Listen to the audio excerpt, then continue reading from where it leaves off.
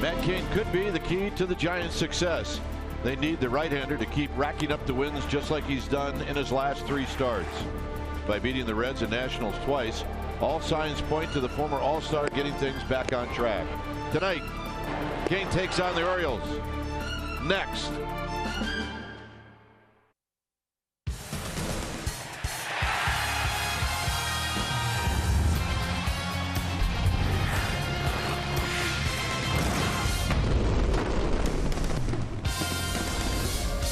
Giants are back home. We're at the corner of 3rd and King as we get ready for Giants baseball. It's a beautiful Friday night. Why? Because we're home.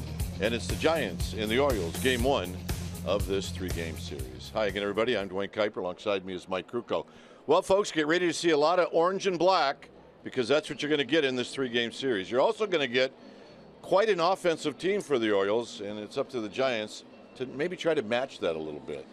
Well, if you're going to try and match the Orioles, you have to try and match the long ball. They have 172 home runs collectively as a group. The Giants are they're somewhere in the 90s. But this is not a ballpark made for home runs, and that will be to the advantage of the Giants as they go against this Orioles team. The Giants giving the ball to Matt Cain, who's coming off his best start since getting off the disabled list. His arm strength is back up.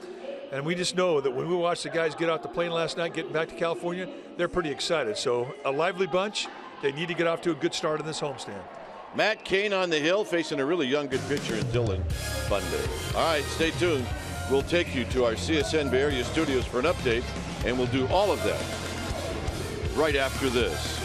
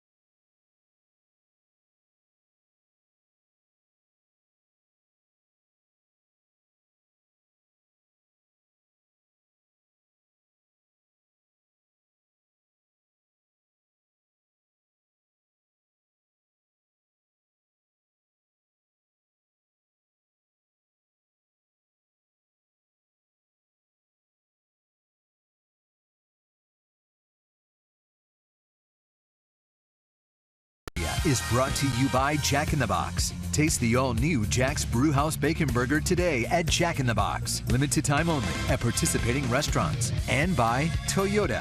Hurry in for Toyota's annual clearance event to get an incredible deal on the 2016 Toyota you want before they're gone. Toyota, let's go places. Your San Francisco Giants return after a long road trip, and despite going 8-7 since the All-Star break, they're clinging to a first-place lead with a one-game lead over the Los Angeles Dodgers. Welcome back to our broadcast. I'm Amy Gutierrez, and on this Orange Friday, your San Francisco Giants open up the homestand with a three-game interleague series against the Baltimore Orioles. Now, they're coming off their first series win since the All-Star break, due in large part to Brandon Crawford. It is our greater coverage of baseball. It is brought to you by T-Mobile. Of course, Monday he racked up an historic 7 hits in a dramatic 14-inning win, and then Wednesday he took Marlins David Phelps deep for the only run of the game. Crawford ensured a happy cross-country flight, and he is certainly doing his part to help this team find their mojo. Matt Cain on the hill tonight. He's doing his part too. He is going for his 4th consecutive win. We've got Crooked Kite, we've got lineups, we've got first pitch. Your boys are home. AT&T Park coming up next.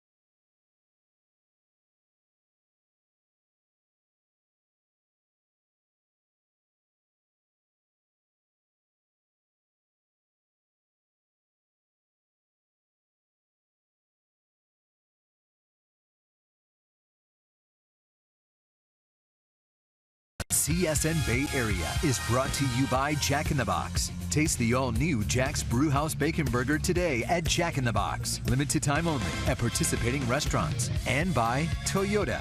Hurry in for Toyota's annual clearance event to get an incredible deal on the 2016 Toyota you want before they're gone. Toyota, let's go places.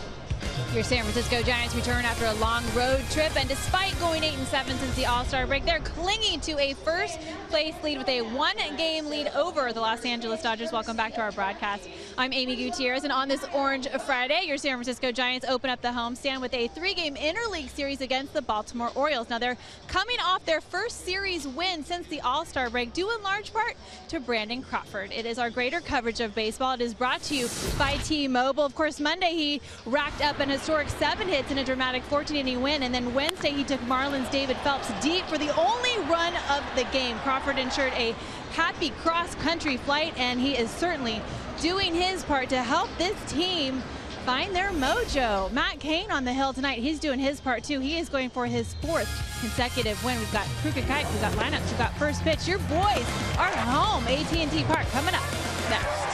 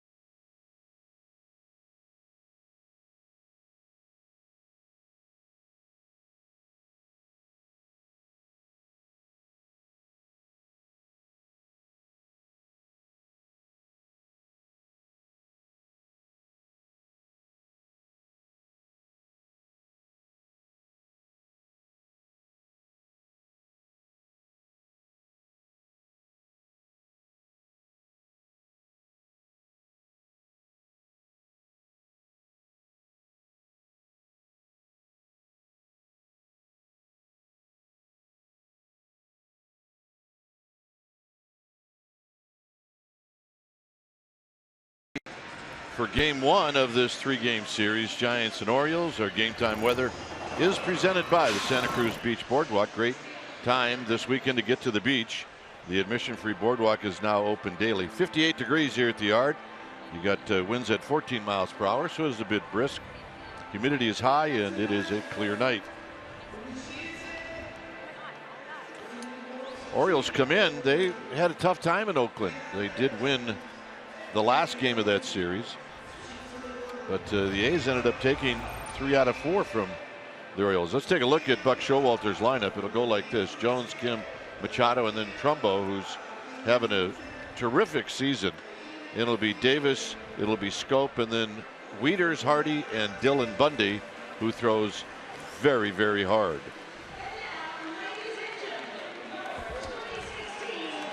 Matt Cain leading out the troops. He's got the John Wayne walk down as he goes out there, and he will take control of his mound. This is what he's done this year.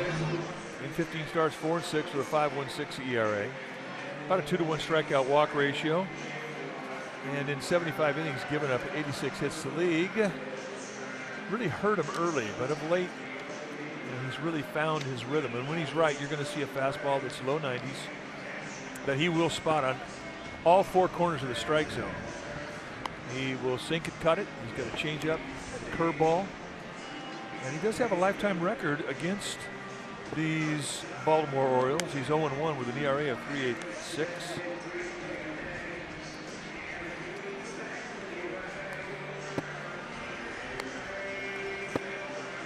And as Cain finishes off his warm-up throws, what do you say we take a look at the Giants defense playing behind him tonight? Starting in the Giants outfield from left to right, it'll be Pagan, Span, and Pence. That's your outfield. Crawford, Panic on the infield, or Crawford and Nunez, I beg your pardon, on the left side of the infield. Panic and Bell on the right side. And Buster Posey, he'll be in the squad, putting down the signs. Right now, it's time for our Nissan keys to the game, and we think that they need to break out the killer P's, and that includes Pence and Panic. They started to show some signs of breaking out of their slump, and that is going to be very important as the Giants move forward offensively. And number 2, stay hot, bullpen. They have been very, very good, as has been the starting rotation. Giants pitching staff on all pistons, and we think those are our Nissan keys to the game. So Adam Jones walks up to the plate as we get ready for the start of this ball game here on a Friday night.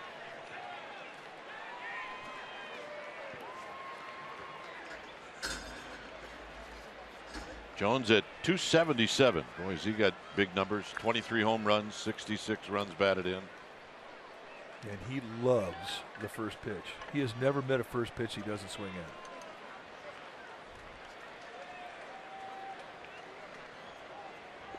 So Cain looks in, and the first pitch of the ball game is on cue, a swing. We're going to miss. So we get started right on time. Isn't it nice to be back home?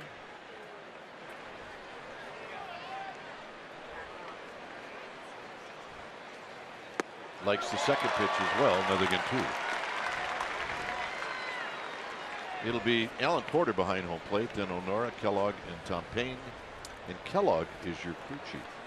And Alan Porter, he's a low ball umpire, but his corners can definitely breathe. They can be big one inning and small the next.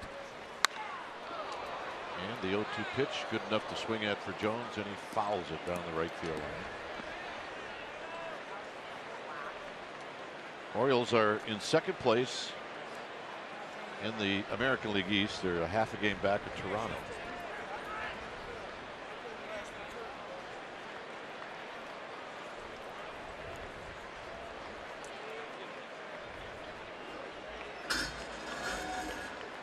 And another 0-2 pitch.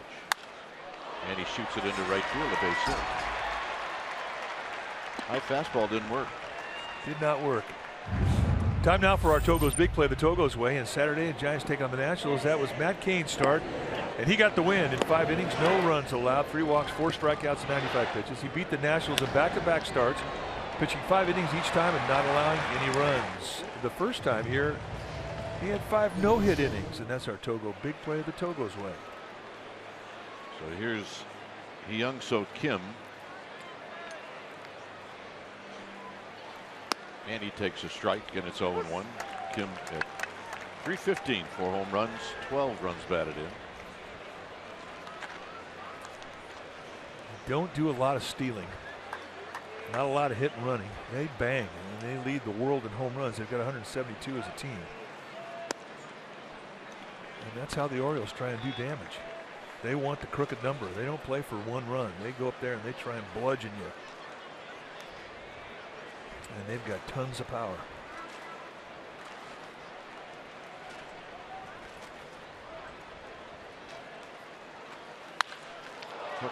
Fouled on the right field line. It is a non-running team. They just don't like the stolen base.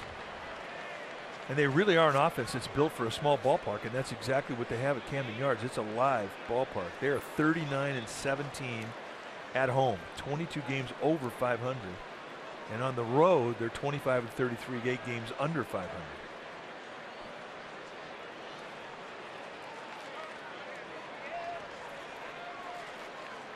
One and two. Got him. So a good curveball early on from Kane. Good curveball slider combination. And here's Manny Machado. This is the pitch that he broke into the big leagues with. This was his #1 strike him out pitch. I'll bet Kim thought until the bitter end that he was right on that pitch. Yeah. Because he swung underneath it.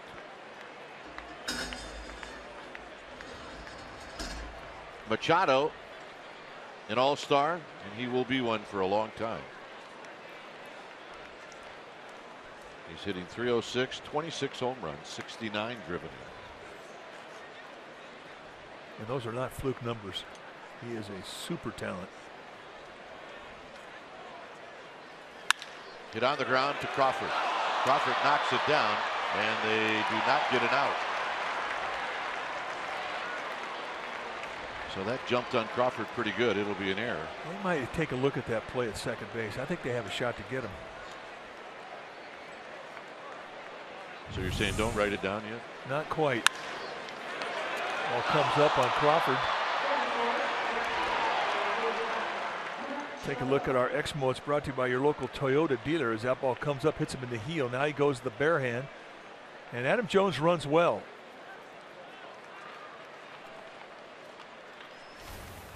Now that shot was straight on, so it's hard to tell.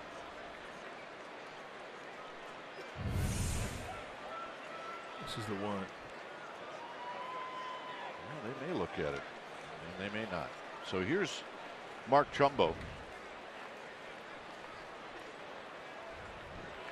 Trumbo hitting .262, 32 home runs, 82 driven in.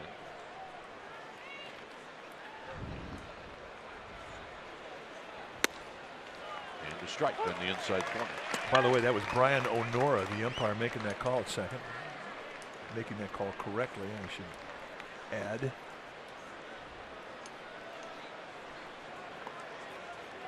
Trumbo hit a grand slam yesterday. Did that across the bay. Orioles are at San Francisco for a week. And another strike, and it's 0-2. What a great place to be for a week. Yeah. I think they kind of hit the jackpot schedule-wise as a team. Oh, So I think to fly into one neck of the woods and play 2 teams. Guys got to do that in New York a couple years ago. It was nice. It was very nice.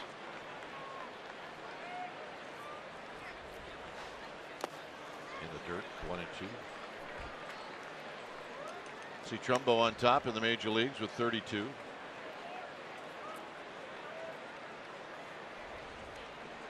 All those ballparks, pretty nice yards to hit in. Guy named Trumbo cannot be a punch and Judy guy. He's got to be a go deep guy. Absolutely.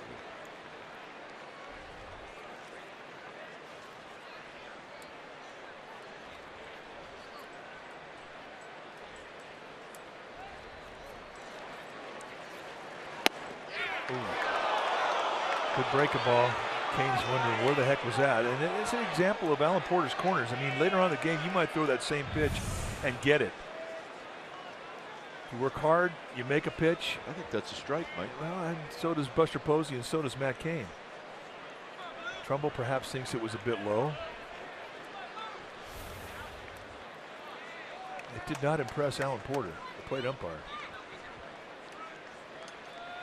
So Kane's got to make a 2-2 pitch here to Trumbo. And now it's 3-2. And now this becomes a big pitch. Chris Davis on deck. Lots of power. 23 home runs represented there in the on-deck circle.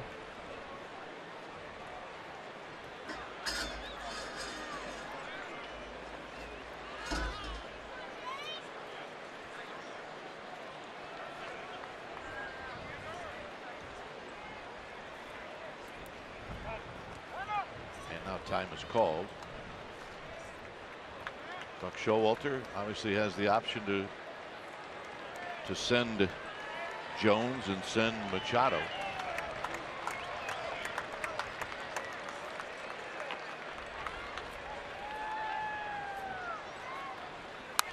Foul back. He had a rip. As we mentioned, the power that this Baltimore team has. I mean, they've got 8 guys on their team that have double-digit home runs, 4 of which have 20 or more. One, Trumbo, has 32. And they come up there and they can bang.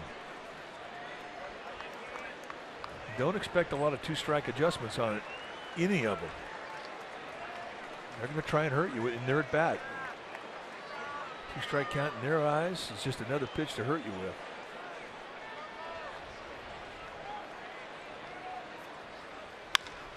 Get on the ground, Nunez to Panic, to Belt, around the horn, and a double play to end the inning. Very nicely done. Giants are coming up.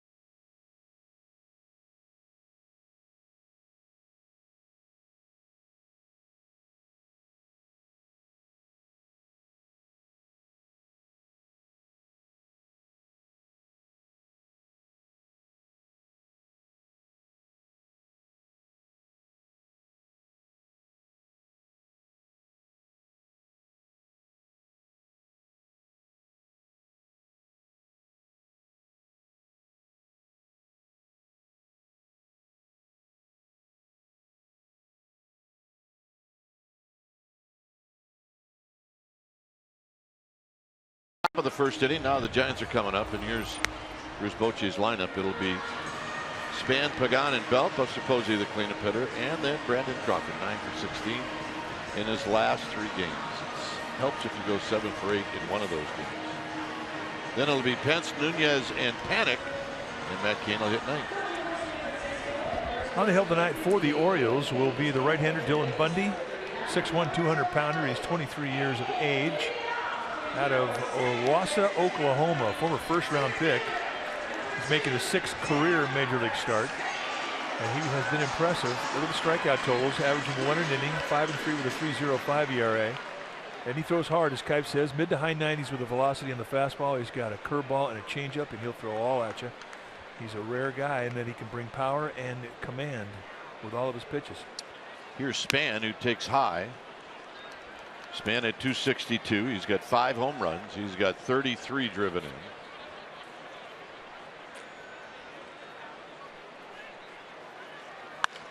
Span drives this one into left center field, and Jones, who got a good jump, will track it down.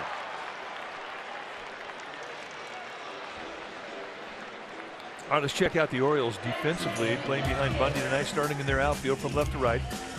It'll be Kim, Jones, and Trumbo, the best arm in center field. Jones has a good one. Hardy and Machado on the left side of the infield. Scope and Davis on the right side. Wieters, the catcher, he'll be in the squad, putting down the signs.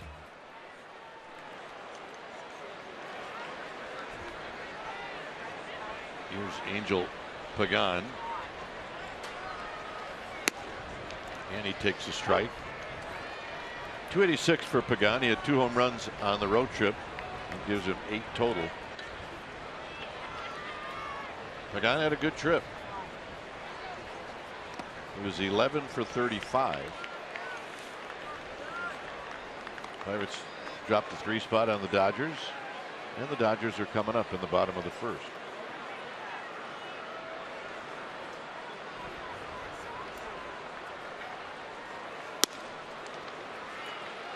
In tight.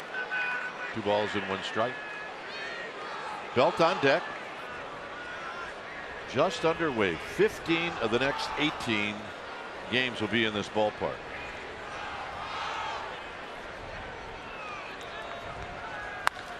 Hit high to right field. Trumbo back. Still back and out in Triple's alley. He makes the catch. And that'll bring up Belt. Save those for Camden Yards if you're Angel Pagan. Camden Yards, you're rounding the bags. Hit that ball well.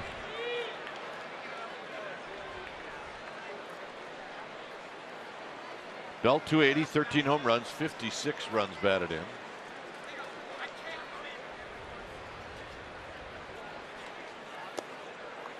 Belt on the trip went 7 for 29.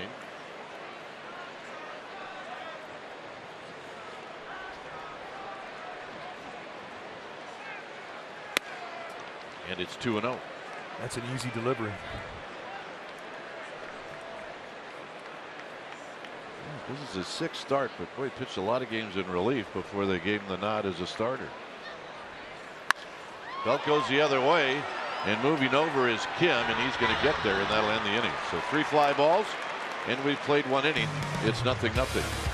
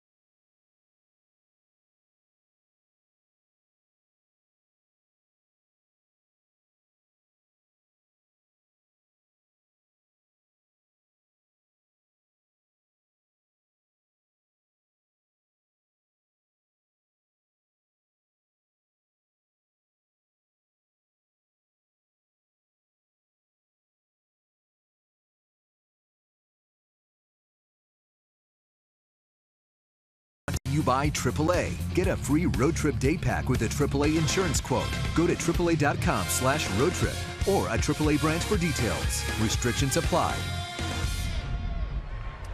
No score is Chris Davis. Very powerful. Chris Davis comes in hitting at .220, 23 home runs, 61 runs batted in. And a first pitch strike.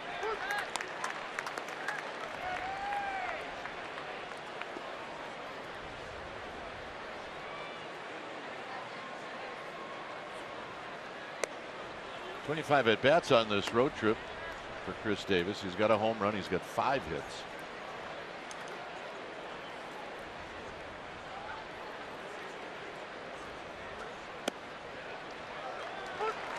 It's a good curveball. Yeah, it is. And he opened up first inning. Second pitch he threw to Adam Jones was a good snapper, and he just keeps throwing one good one after another. I'm going to show me fastball at 91. 2-2. Jonathan Scope on deck, and then Matt Wieters.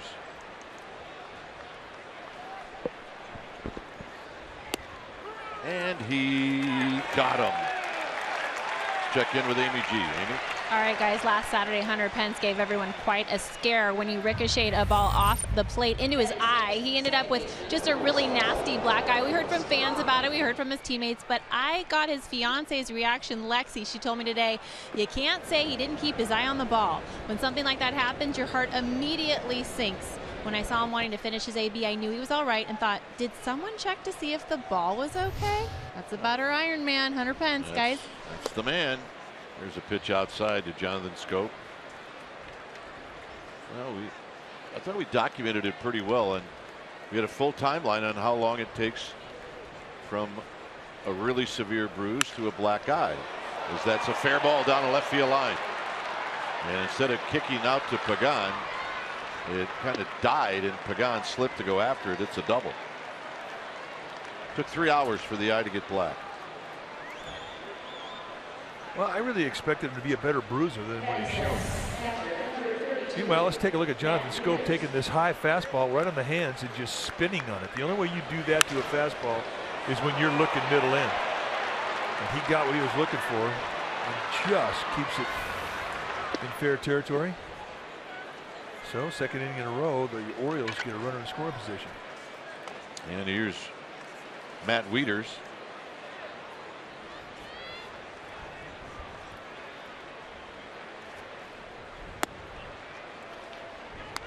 Wieters is a switch hitter, and his number's much better as a left-handed hitter than a right-handed hitter.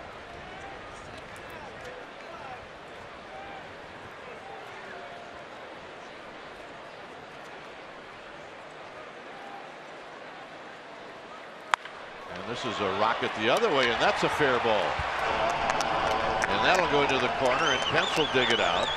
And his throw is going to be a bit offline, and the Orioles lead 1-0.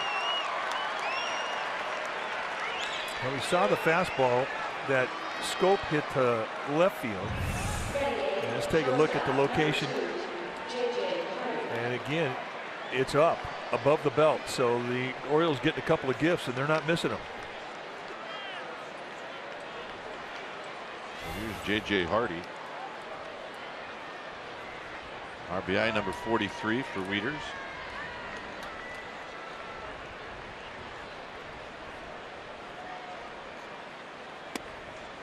Strike that one down around the knees. 0-1.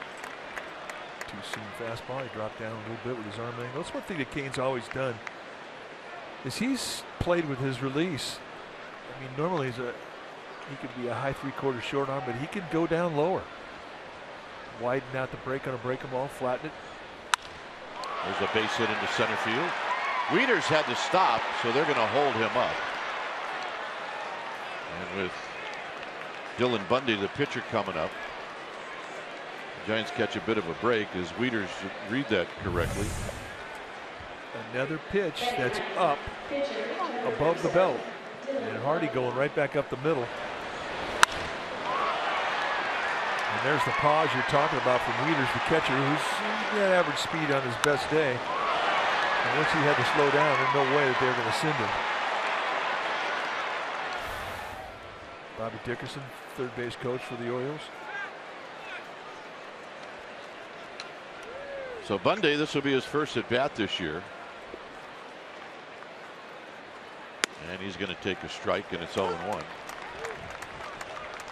Yeah, this is the one gray area that you really don't know about. Now, everybody talks about how it's such a disadvantage for the American League because their pitchers don't hit. That's absolutely true. However, it definitely will hide a guy that can hit.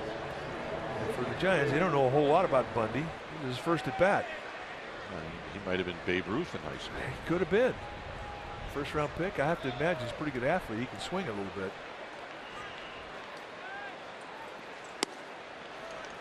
Are they going to ask him to be a statue? No. I mean, I thought for sure he'd take one strike, but not two. But he sure looked like he was taking on that pitch.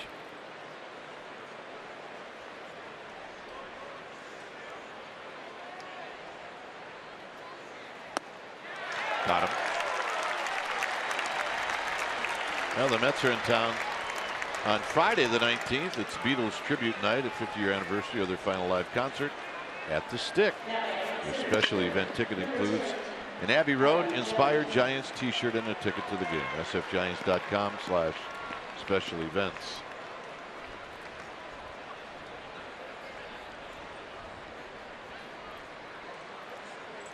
So it's hard to believe this is the 17th year, 17th season of this ballpark. Yeah, it is. When we were at Candlestick for 17 years, it didn't seem to go as quickly as these last 17 have. 17 centuries.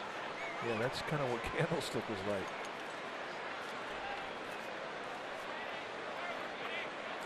Jones singled into right field in the first inning. Here he bounces another one into right field. And that's a base hit. And it's 2-0. That's 4 hits this inning. Boy, he likes that first pitch, doesn't he? Yep.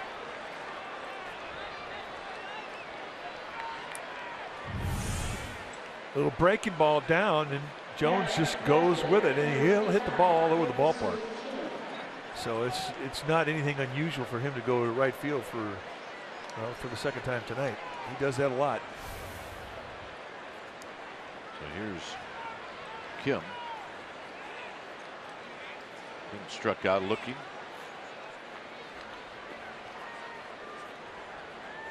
Actually, he struck out swinging. It was Davis that struck out looking, and that opened up this inning.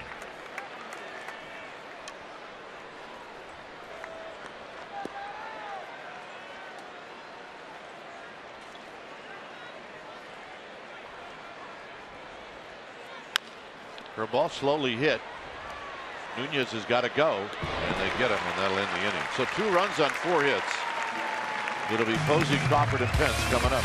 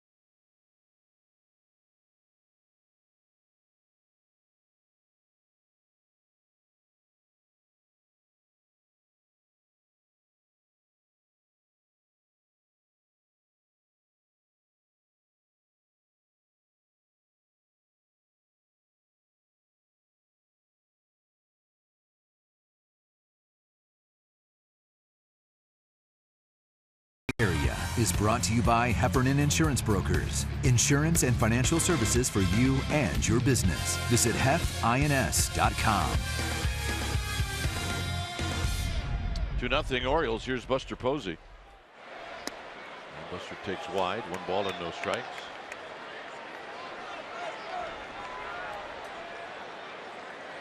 Posey on the trip, 9 for 30. He takes the ball, 2-0. 7 RBIs on the trip. With Brandon Crawford and then Hunter Pence. And it's 3-0. Down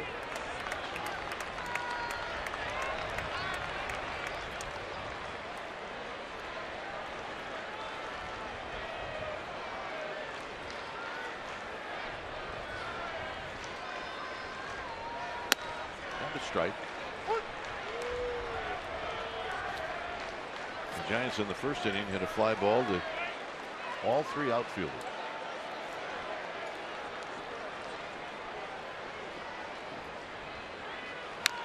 Tap foul. Changeup, good one. That's the thing about Bundy that got the Orioles excited about his chances to be a good starter. He's got the fastball that's mid to high 90s. He's got a good curveball and that changeup. 3 good speeds. And the walk. Just missed. Time now for our Cold Hard Facts, brought to you by Clean, Crisp Coors Light. And Giants history, only 2 Giants shortstops have hit a home run in a 1-0 victory. You say when? Well, Travis Jackson did it May 28th of 1934 against the Pirates in Game 2 of a doubleheader. And then Brandon Crawford did it Wednesday in Miami, and we were very happy. Yeah, we were there. So 277 for Brandon Crawford.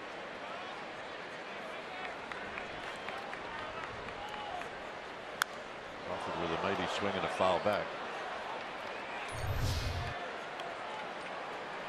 See the most hits? 7 in a single game. So he made history in Miami twice, yes, with the 7-hit night, then the home run and a 1-0 victory for the Giants. First time it had ever been done by a San Francisco Giants shortstop.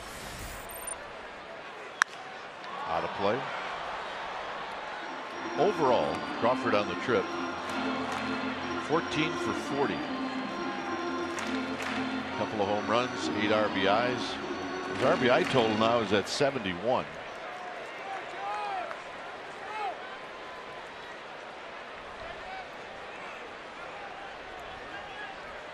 Davis holding on Posey. And it's low. One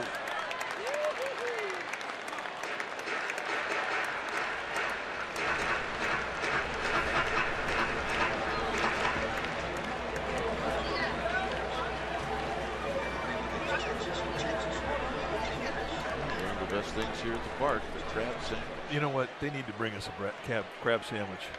I mean, I remember it being good, but it's been so long since I had one. I'm not quite sure. Well, not now. Maybe how about before the game tomorrow? I don't know. Well, that's right. You can eat it. I can't. Well, you can have a bite. They're good, folks. At least I've heard they're good. It's been so long since I had one. 2-2. And he got him. Change up. And we're talking about what gets the Orioles brass excited about a young arm. It's when he's got control of 3 speeds. And that's exactly what Bundy has. This is a changeup, and he'll throw this thing 3-2. High 3/4 release, 2-seam grip. It just bottoms out. Great pitch for everybody, especially lefties. Pence at 276. And he takes outside for a ball. Hunter on the road trip. Just 6 hits and 37 at bats.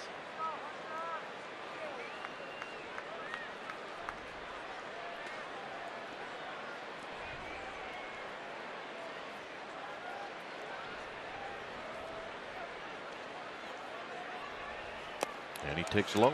So it's 2-0. Talk about the keys with Hunter Pence, and you always know when he starts to go good is when he starts driving the pitch away. But he also gets better pitches to hit. He also stays in the strike zone. As he has struggled on this last road trip, he was going out of the strike zone a lot, and he wasn't driving the outside pitch until the last game in Miami. On the ground, Machado. That's one. And then that's all they'll get because of the speed of Hunter Pence. But gives you an idea of the glove that guy at third has. Well, glove and arm combination. I mean, he's just got great range with soft hands and probably the best arm, at least in the American League. I mean, it's hard to say there's a better third baseman arm than Nolan Arenado, but I think this guy may have it. Just remarkably athletic. Low backhander right over the top and an absolute bullet over the scope at second. And they almost pulled this off, and that's with Hunter Pence running.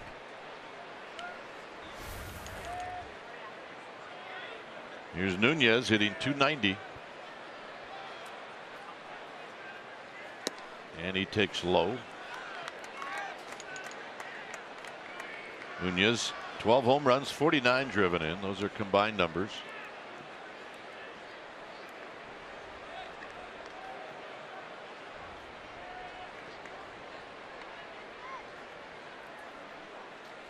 Swing and a miss. 1 ball and 1 strike.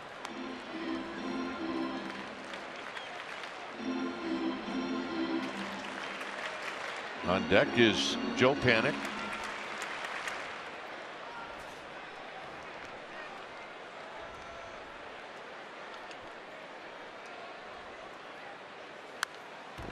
Runs that one in on the hands. It's now 1-2. Two-seam fastball. Just subtle movement that just sort of bores in. It doesn't always have to sink. And with two-seam fastballs down around the knees, when you get a sinking movement that'll come into a right-handed hitter from a right-handed pitcher, but will actually it'll bottom out at the belt. It has fade. It'll bore in on your hands. It's a flat movement, but effective if placed properly on the hands.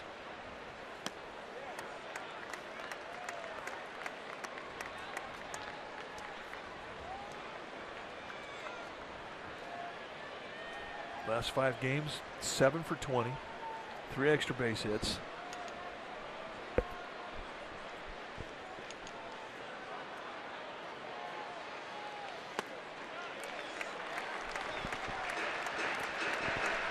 Nunez really can be a hard guy to walk. I mean, he likes to swing it. He does. Got a Stetson on. That's a good look. Yeah, he can pull it off. Pence will go, and this is popped up, and it's going to be out of play.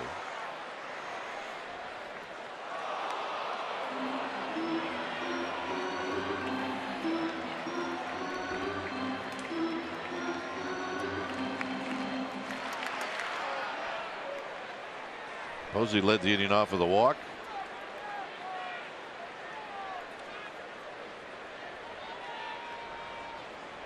Pence takes his place by way of the fielder's choice. It's 3-2. Driven to left, but it's right at Kim, and that'll end the inning. After 2, it's 2-0 Baltimore.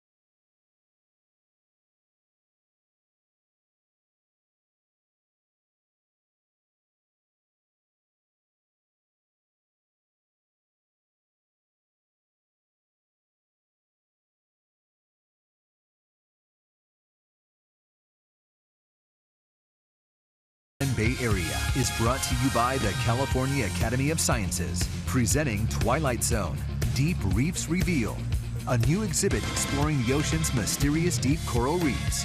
Get tickets at calacademy.org.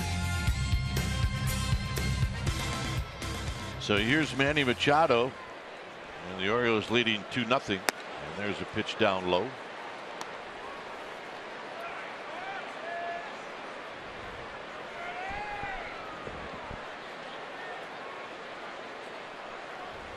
And a shot into center field and another hit for the Orioles. And just like that, Kane's right back in the stretch.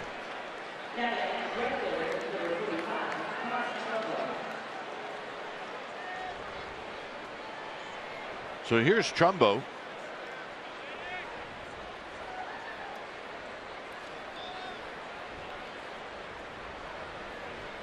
Trumbo bounced into a double play in the first inning.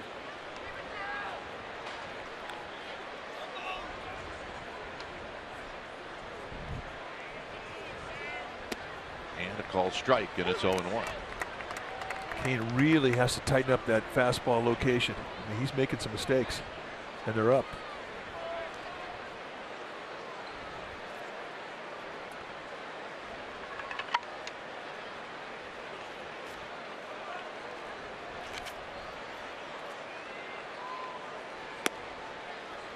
And there's a good pitch. So back-to-back good pitches. That is the look that says, are you seriously calling that a strike?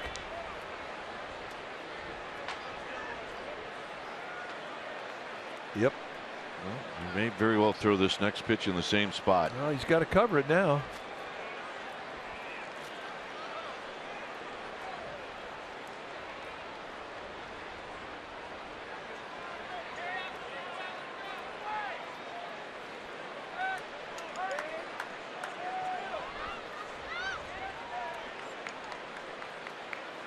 Outside, 1-2.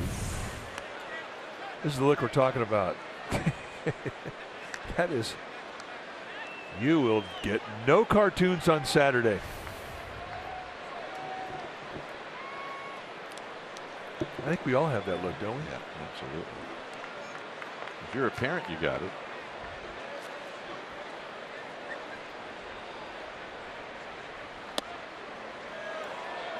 Two and two.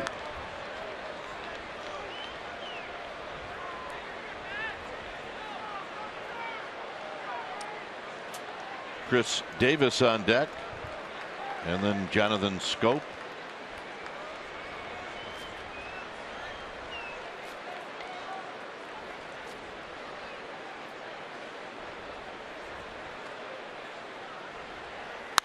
Out of play down the right field line.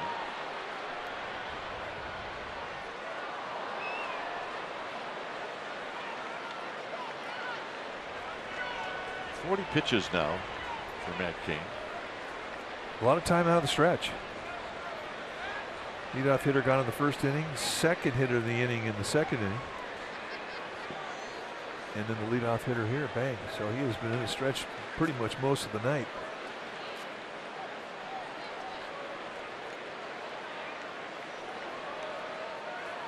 Fouled off the end of the bat. Fog is rolling in. I mean, it is low now. It's just kind of rolling in right over the head of Denard Span in center field.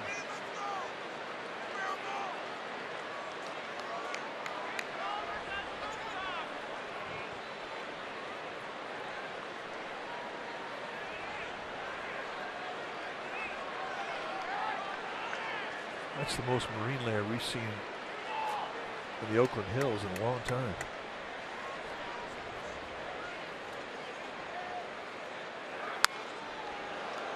Trumbo keeps playing those pitches away, which leads you to believe that if Cain has confidence in it, he could throw a fastball in on his hands. There's the marine layer we're talking about. As this is starting to just sort of come across the bay. Well, the one thing about Cain is he's getting the ball down now. I mean, those pitches are good location. And remember the one strike that was called earlier in the count. Trumbo cannot take those sliders anymore. He's got to get out and cover them. But in watching his last 2 swings, what Kane has done with the location is take out the lower body of Trumbo. He's reaching. All he can do is slap. He cannot drive.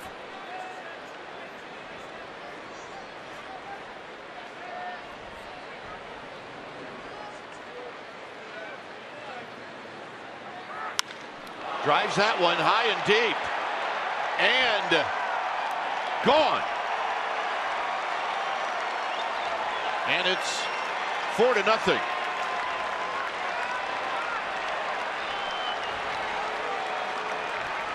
Well, the one time that they try to go inside,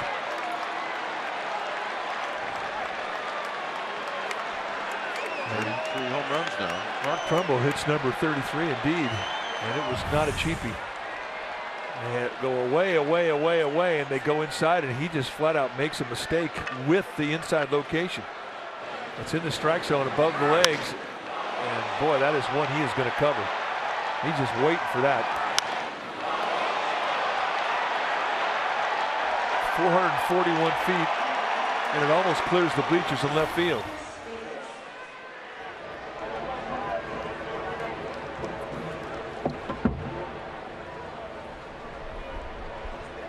So here's Chris Davis.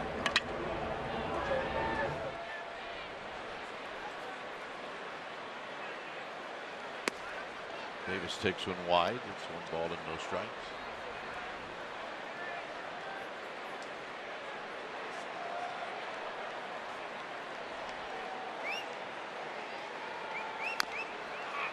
Davis pounds this one off his foot.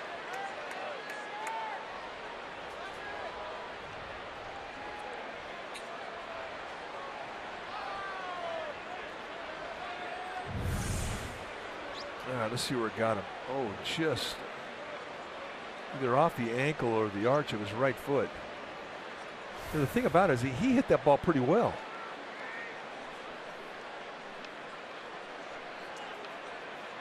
It's not like he just ticked it. Yeah, you should never hit your best bolt off your arch.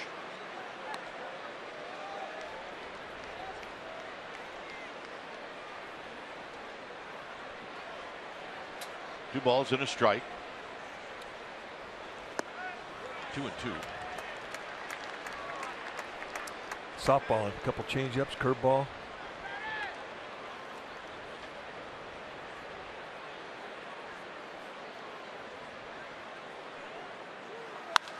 And that's a rocket into center field, a base hit.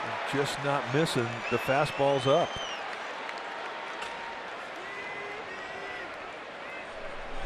Well, the Pirates will be in town on Monday, August 15th. It's a start for Ryan Vogelsong. That's a night game. Tuesday's a night game, and then day baseball on Wednesday at 12:45. sfgiants.com/tickets.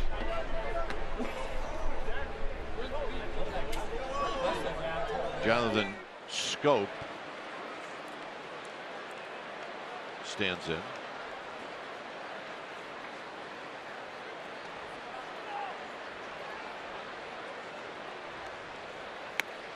There's a big swing you're going to miss. Scope with a double down the left field line in the second. The majority of the damage that the Orioles have done offensively against Kane have been in high fastballs. And we're talking mistake location fastballs.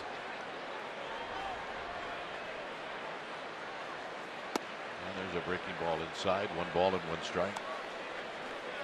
This is a dramatically different Matt Kane that we're watching tonight struggle with his location and command, and we didn't see that the last outing.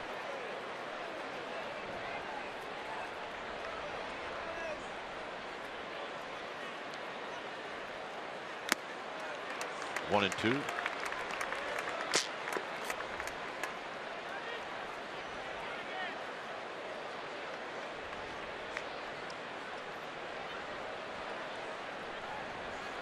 Matt Wieters is on deck.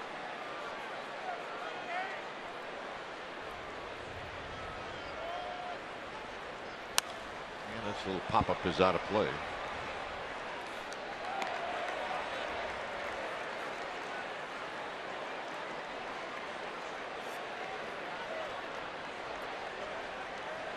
Another packed house. Fans waiting patiently for this Giants team to get back off the road.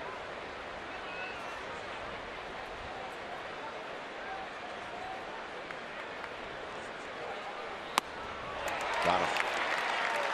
And that is how Matt Cain has always used his fastball as a strikeout pitch when he elevates across the letters. Now this is out of the strike zone. And he gets a swing through. See ya. That's his 4th strikeout.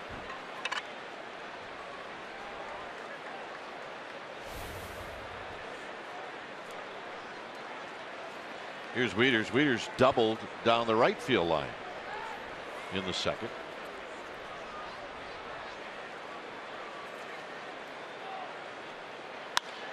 And he shoots this one out towards Denard Span, and Span's going to track it down.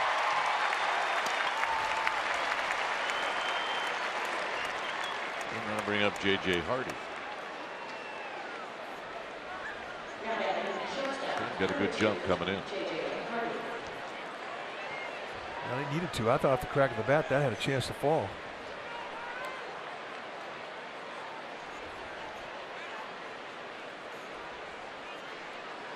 J.J. Hardy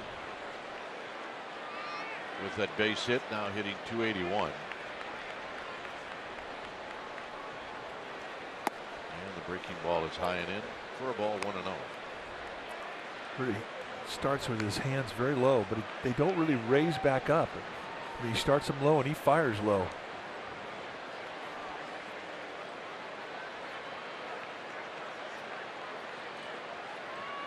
It's the old Bobby Bonds stance. Bobby may have had his hands tucked in a little bit closer to his body. Frank Robinson, when he was younger, had a stance similar to that. He was right on top of the plate.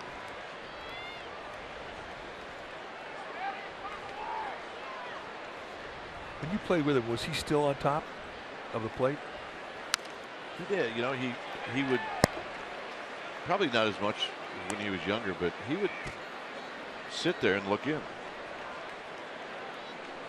You see pictures of when he was with the Reds early in his career, and I mean, his hands are right over the plate. He got hit a lot. He did.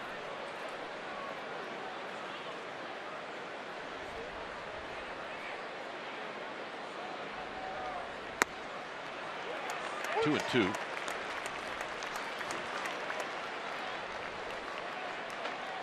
Remember a team meeting he had about going over the hitters, and the team we're playing had a lot of older guys, and he said the cutoff point to when you start pitching guys in is 36.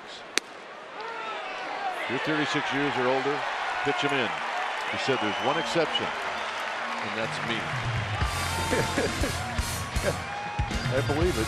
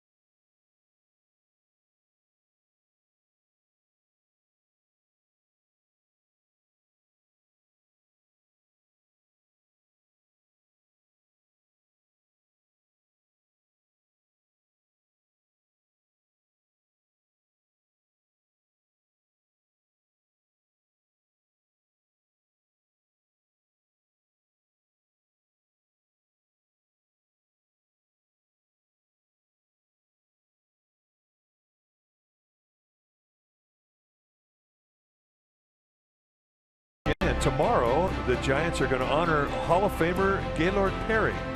The statue unveiling ceremony will begin at 1 p.m. at the 2nd King Street Gate. And the first 20,000 fans are going to receive a replica Perry statue courtesy of Coca-Cola. To get your tickets right now, go to sfgiants.com/tickets. Joe Panik looks at a strike.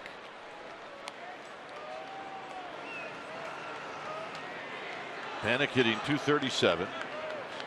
Trying to get his feet on the ground. Swinging the bat. And he lines it to right, and that's a good start. So Panik, who had a 3 for 29 road trip, opens up the homestand with a base hit, and that's a good sign. That is a good sign. Uh-oh. We have a kidnapping. Well, William Barons, I met him yesterday in the Giants dugout store. He drove that statue out from North Carolina, where he lives. He said, of all the Giants Hall of Famer statues that I have done, this is the one that I think is my favorite. I think you said that the last time, too. Well, I asked him, I said, is it because Gaylord Perry's from North Carolina?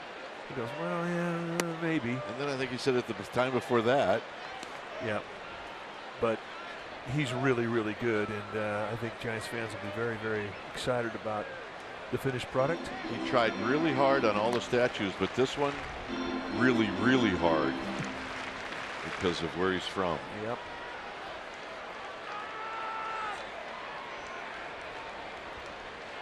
Kane trying to move Panik along.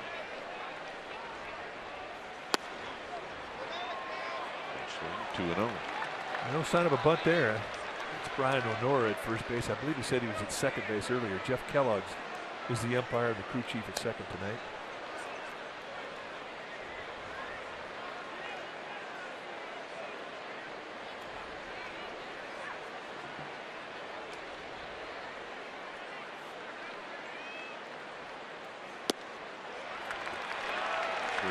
Well, I mean, no sign of a bunt, no sign of a strike. So all of a sudden, you would expect that Bruce Bochy might put the take sign on. Not the green light? No. Anyway. Right down the middle of the plate. 3-1. He was not going to bunt that. That was a take sign. But hey, if you know you're going to bunt, or you know you're going to take, why not show bunt? Kane hits one to right, but moving back and now in his trouble. Here's our Geico quote. Bruce Bochy playing 17 of the last 24 games on the road. We don't make excuses around here, but hopefully a more normal schedule will get us in sync. Everybody in there knows where we're at, what's at stake, and what needs to be done. We've talked. They've just got to get the job done.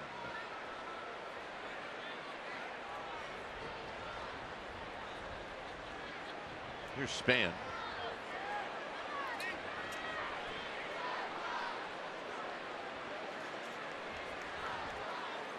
Span down the left field line, and that's going to slice foul into row number 1. Giants just are not picking up that changeup from Dylan Bundy. As you see the score from Dodger Stadium. Pirates on top of the Dodgers 4-1. That's a good thing. I love this time of year. It's time to watch the scoreboard. Not that we haven't been, but yeah, I started around April 4th. Yeah, can't help it. They're our rival.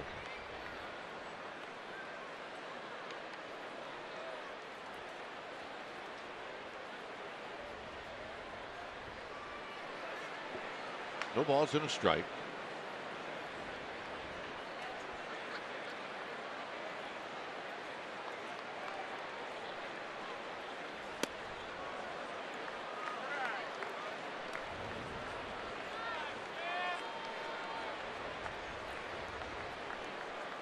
Very, very difficult to bunt in the direction of the third baseman, Manny Machado.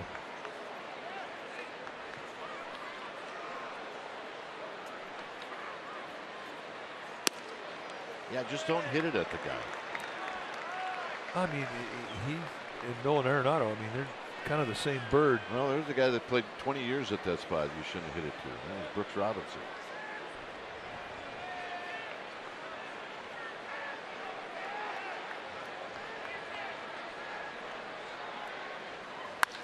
Span's got a base hit into right center field. Panic is on the move. Still on the move, and they're going to wave Panic in. Here's the throw home. It is high. Panic scores. And Span's got a double, and the Giants are on the board.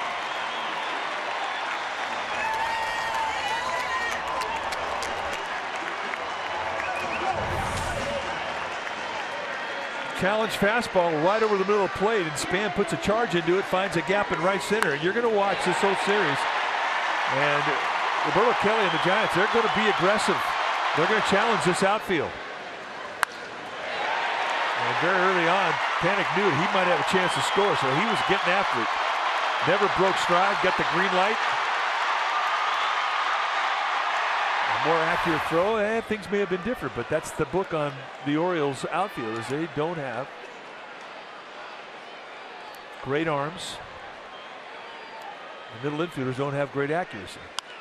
And Pagan with a mighty rip and a foul out of play.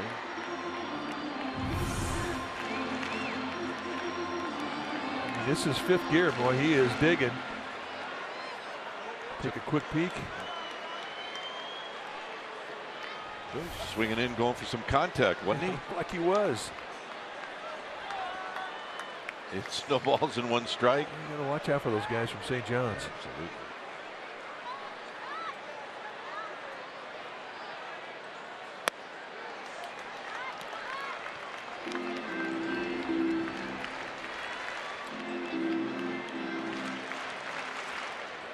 That's the first time the Orioles have been here in several years, but they play right field like every other team that plays here at AT&T. They take away the gap in right center. They give the line.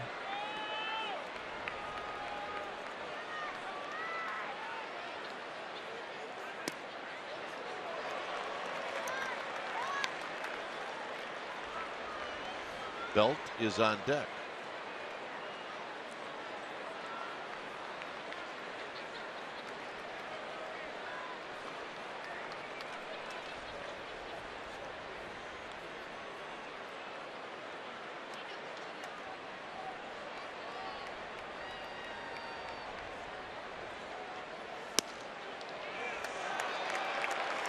Just a bit outside with the fastball. Now Bundy's going after Pagan like he knows he's hot, which he is. He had a good road trip. But not often you see a pitcher take advantage of an open base with a hitter hitting in the number 2 spot because of who's hitting behind him. High, down the right field line, and foul.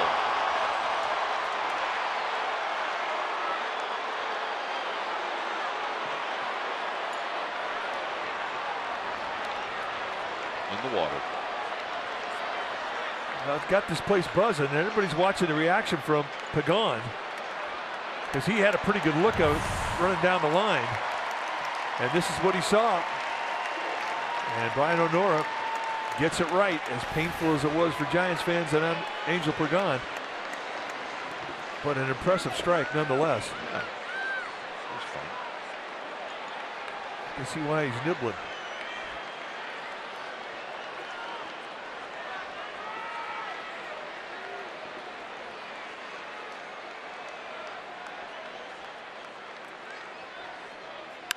Out of play.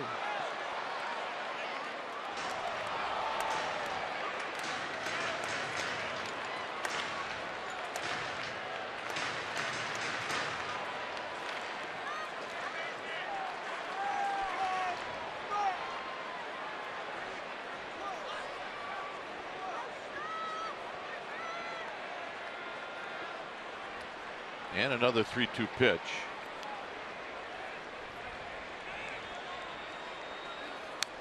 Fouled out. Going right at him with fastballs, and really that's how you should go after Pagan.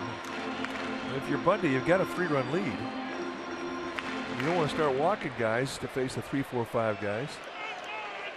Well, Pagan walks, all of a sudden you got the tying run stepping in that batter's box, so this should be a challenge, just like the last 2 pitches.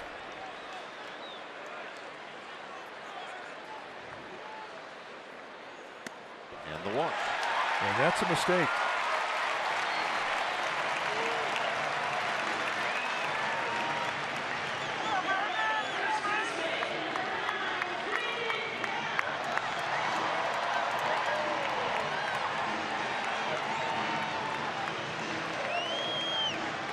So here's Belt. Dylan Bundy, how does he use his stuff? Well, fastball 62% of the time. He will 2 and 4 seam, mostly 4s. Changeup and the curveball about equal. And look what the league's hitting against him. Not a whole lot. The off-speed stuff has really been his ace in the hole. Here's Belt. Belt fouls it out of play.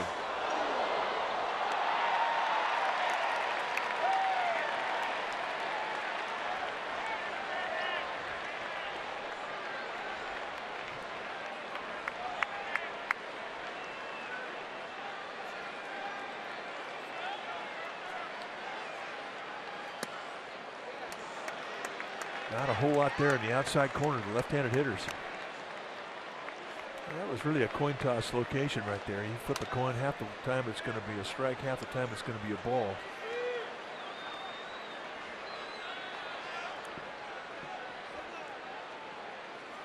Belt on the ground, maybe a pair.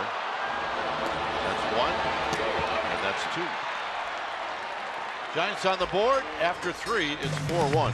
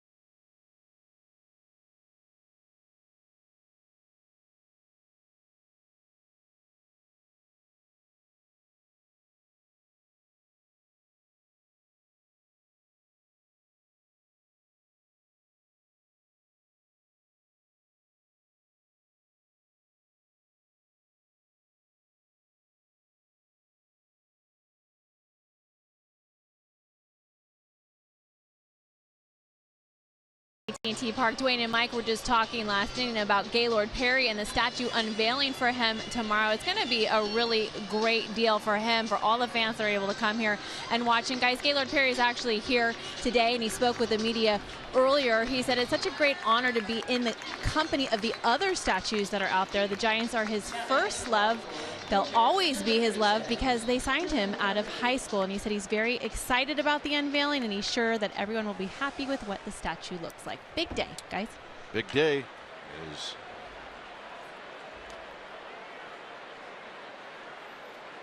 Kane is ready.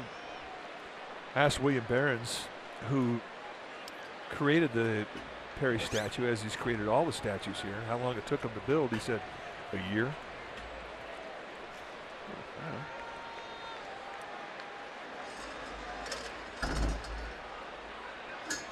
But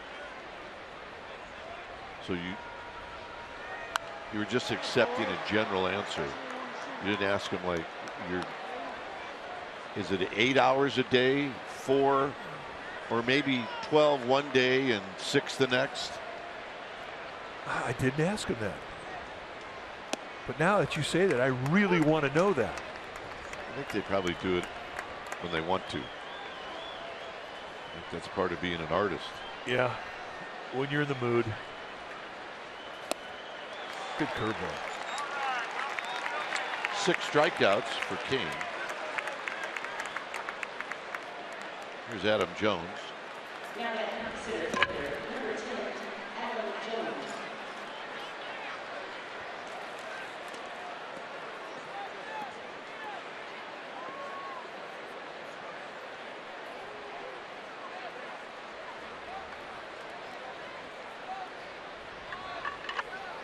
All right. The over-under on first pitch swinging. Well, I'm going to say his first 2 at-bats, he's going to swing at the first pitch. Yeah, I'm saying book it.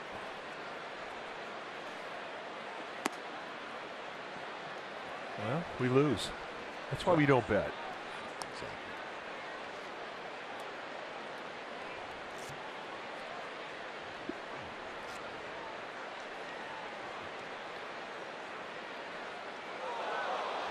Catches a spike. Well, you're just grateful there's nobody on base when that happens. That would be the one time Bob Davidson wouldn't call a balk. No. So the back foot just sort of pushes off the rubber.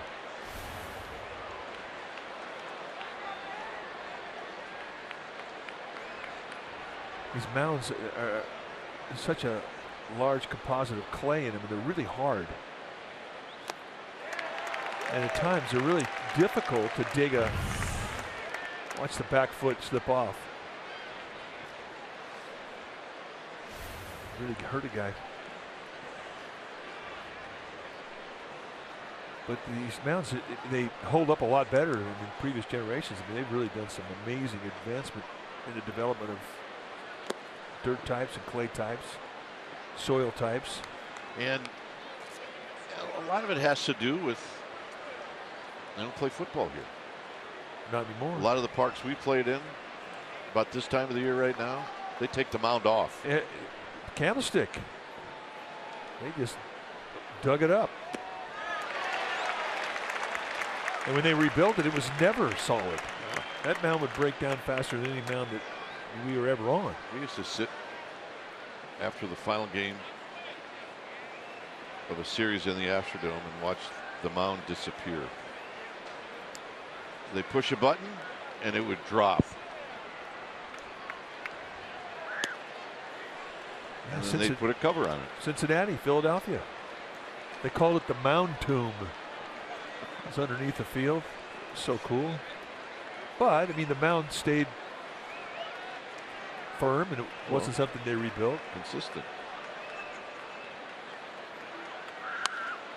And this breaking ball, which was up a little bit, is fouled out of play.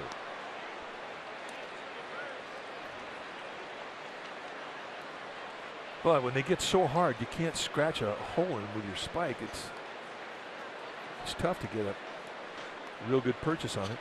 And a rubber is kind of like a starting block for a track runner. You have to push off it. You need to use it.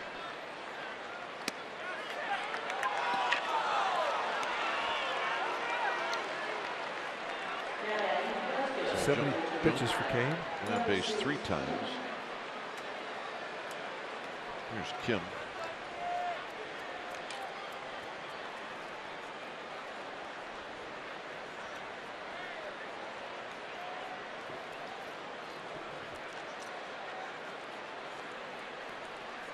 A strikeout and a ground ball. For Kim, he's 0 for 2.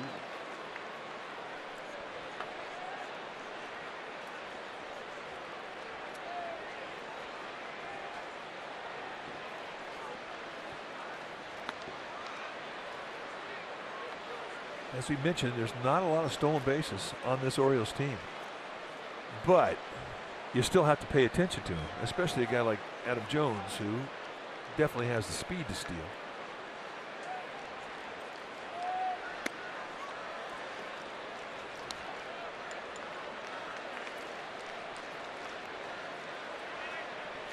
And now we really see the fog coming in.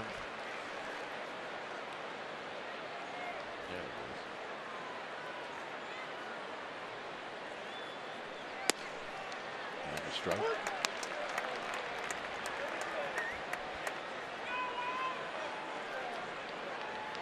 Mark Trumbo, a 2-run monster home run in the 3rd inning. Would love to get a shot to hit in this inning.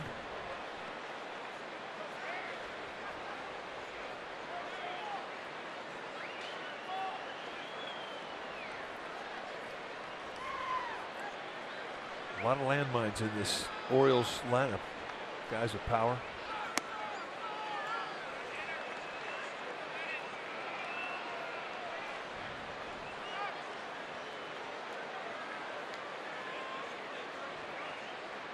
So Kane, you can see trying to figure it out. It's 2 balls and 1 strike.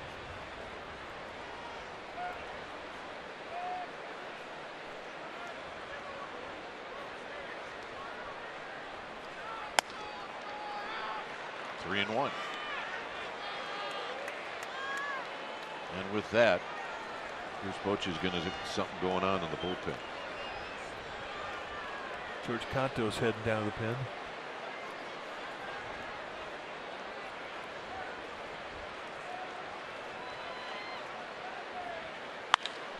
And a bullet to right, and this is going to be off of the pad, and they're going to hold up Jones. It'll be a double for Kim.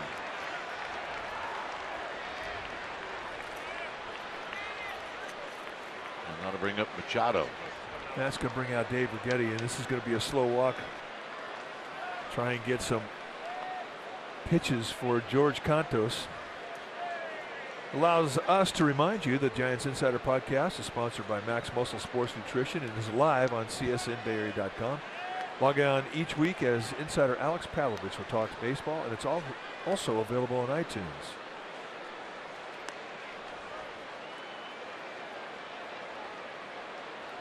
Well, the moral of this little pep talk here is going to be get the ball down.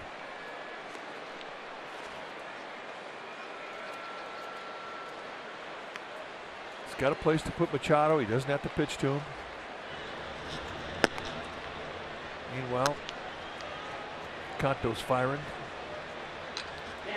Well, you're still in the game. Oh, absolutely. And that's why you stay away. The guy who's been hot has been Machado. Trumbo and Davis and Scope, the 4, 5, 6 guys, they really haven't been doing a whole lot. But this is the guy who can really hurt you. So bottom line is, don't give him pitches in the strike zone to hurt you. Giants have the infield in. 100% pure strikeout situation. And that's what Kane will pitch for.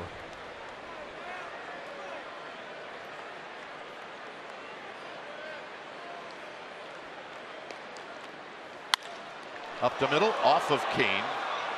And nobody covered and nobody scored, and the bases are not going to be loaded because now they've got Kim in a rundown, and it's going to be all right. Well, there's a lot of things happening there, but not a lot of guys covering bases. Goodness. I don't know, what was Kim doing? Well, you know, look at the carom here. Kim's heading over to third base right now. Now he's got to try and get back. So there's the throw over to Crawford.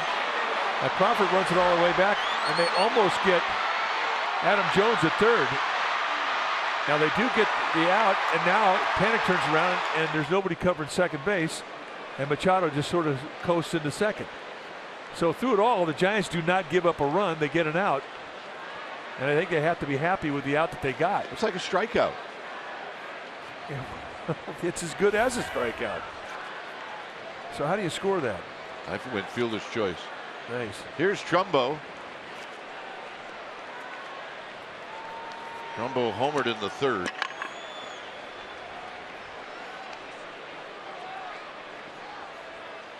And he takes wide, 1-0. Well, that's a fielder's choice. It goes 1, 3, 6, 5, 4.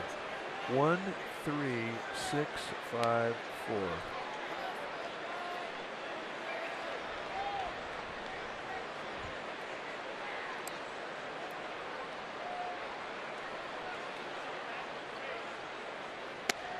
strike. It's 1 ball and 1 strike.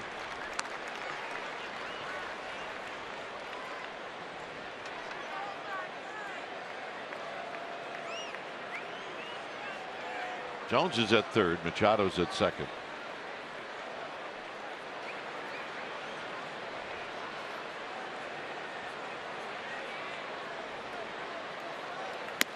Two balls and a strike. Well, you always say, stick your leg out. Something good might happen.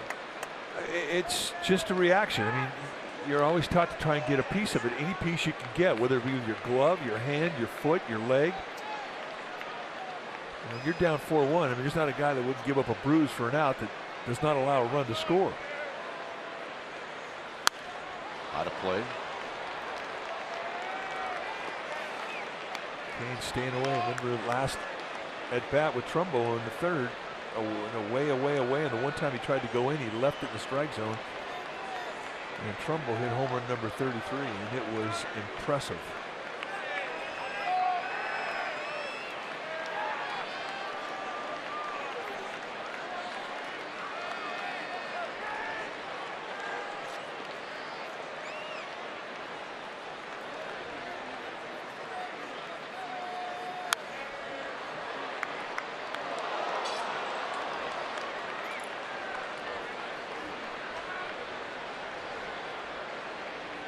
Well, they're going to give Machado a hit. So now they've changed the ruling to a 3-6-5-4 put out with the base hit. So interesting. Stay tuned, it could change again. Yeah, absolutely. 2-2.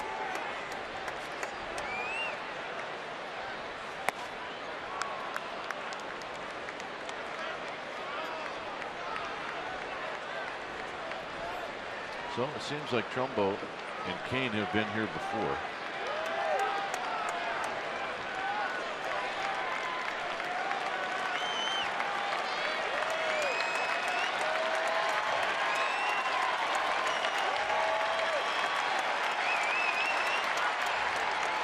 Got him. Kane gets out of the mess. It's 4-1 Orioles. Posey to lead things off.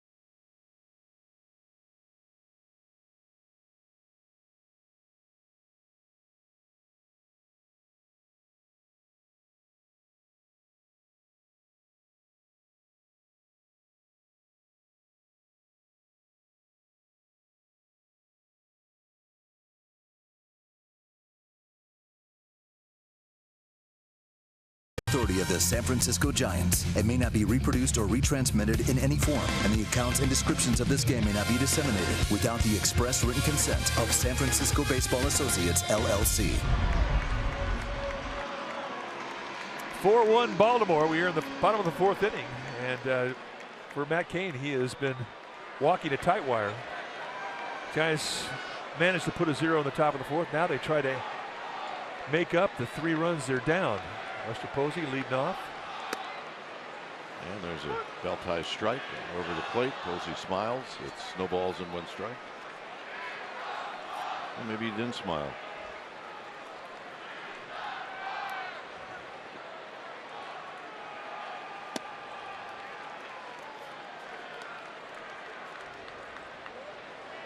Kane with a Houdini act in the fourth. Well, Giants are see if they can put some hits together.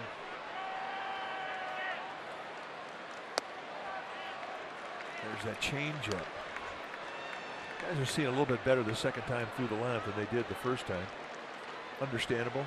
They didn't really have a lot of book on Bundy.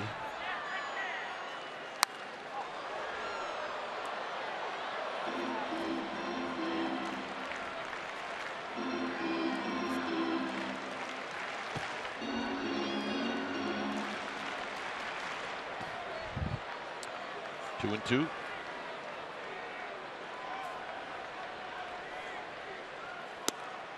Nope. Trying to go back out there and just scratch the outside corner of the strike zone. Pretty much the same location he got for the first strike of the inning, or the at bat rather.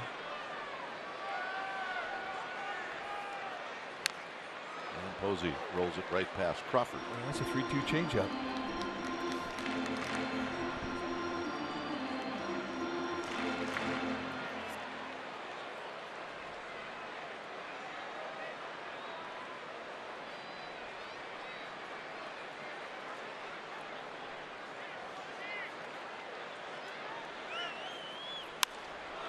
Little pop up, center field, and Jones will put it away. And that'll bring up Crawford.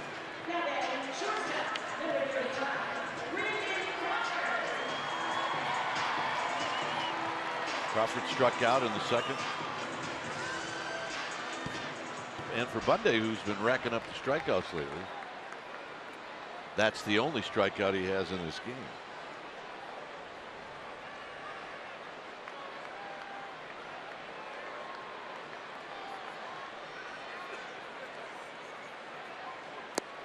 Takes low.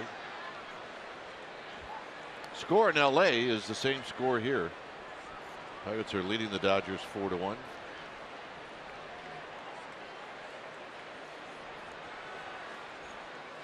Crawford taps it foul. It's 1 ball and 1 strike. A little acknowledgement to Brandon Crawford for his performance on Monday in that extra inning game where he banged out 7 hits. Hunter Pence giving him a woohoo. Tapped on front of home plate. Bundy's going to pick it up. Well, Crawford's retired.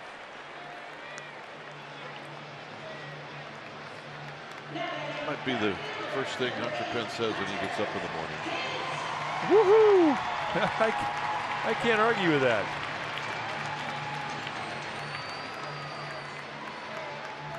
A cup of coffee, ready to go. Not that he needs it. Hit the ball sharply in the second and was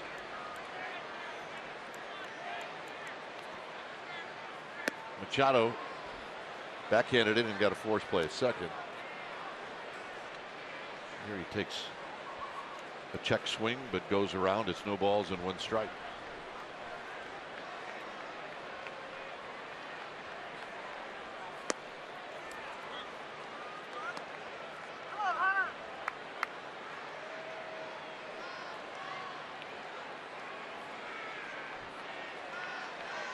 The 1-1 to Hunter Pence is outside, 2 balls and 1 strike.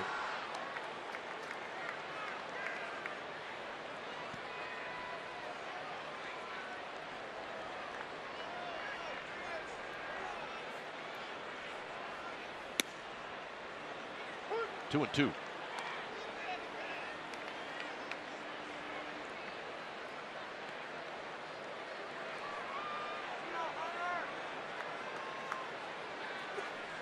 Pence on the ground. That's a fair ball over the bag.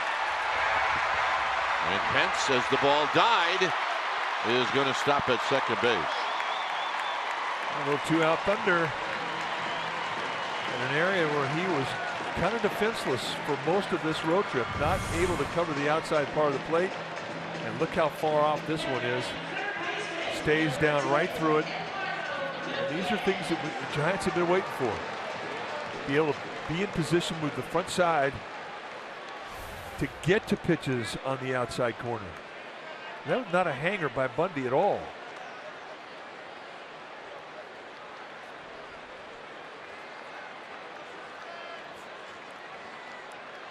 Nunez lined out to left in the second.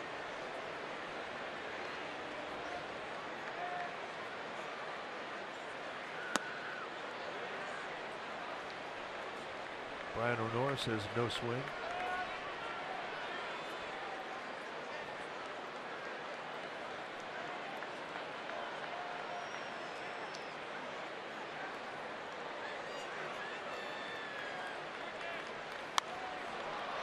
And this is popped back and out of play.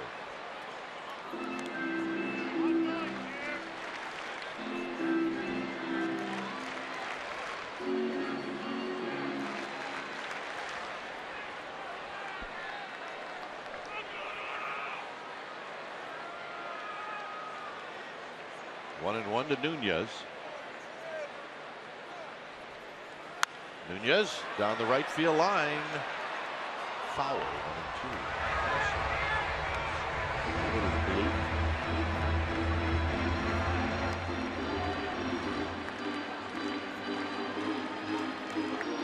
All right, look who ended up with it. As it should be.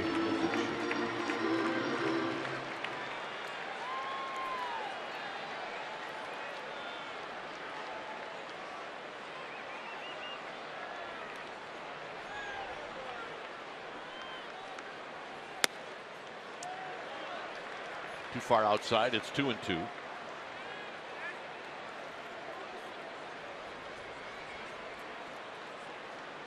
Both pitchers tonight, Kane and Bundy, are over where they should be in pitch count here as we get close to the end of the fourth inning.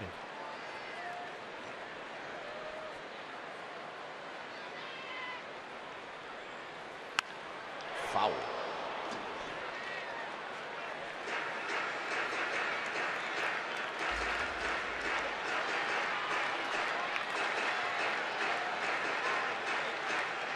Two.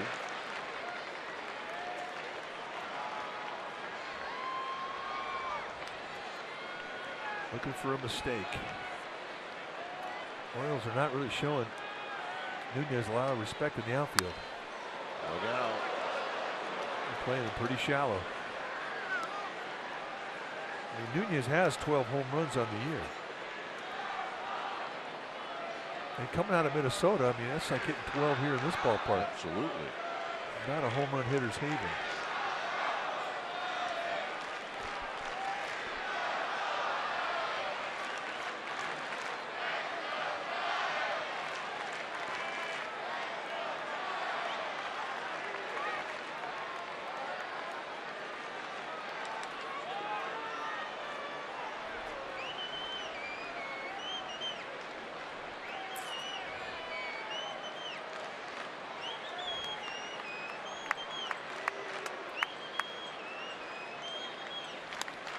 Cued. And that'll end the inning. Through 4. 4-1. Baltimore.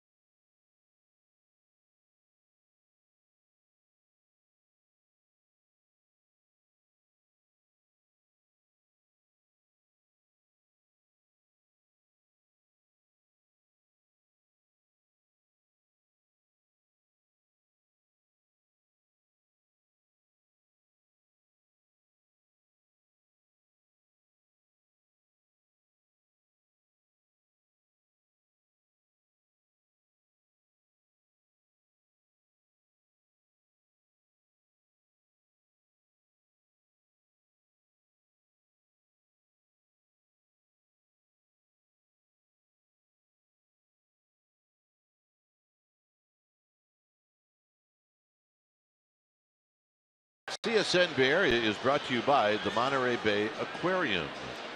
Submerge yourself at MontereyBayAquarium.org/love.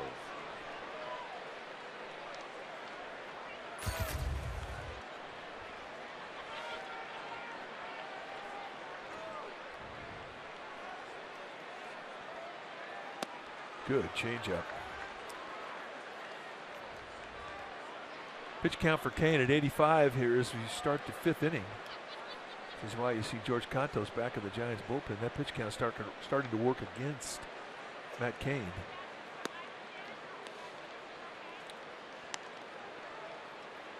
Davis is struck out looking, and then he singled in the 3rd. Kane has had 4 stressful innings. That's bolted to left and deep and gone. And that's the power that Chris Davis has. It's an opposite field home run, number 24.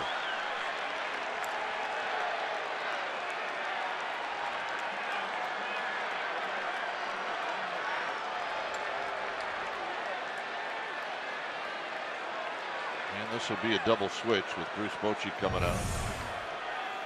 Well, just really a nice job of staying inside the ball with power, and that's what makes Chris Davis. Watch the bat head, the knob of the bat lead through the swing, and just a very, very quiet lower body, and tremendous hand strength and a tremendous bat speed.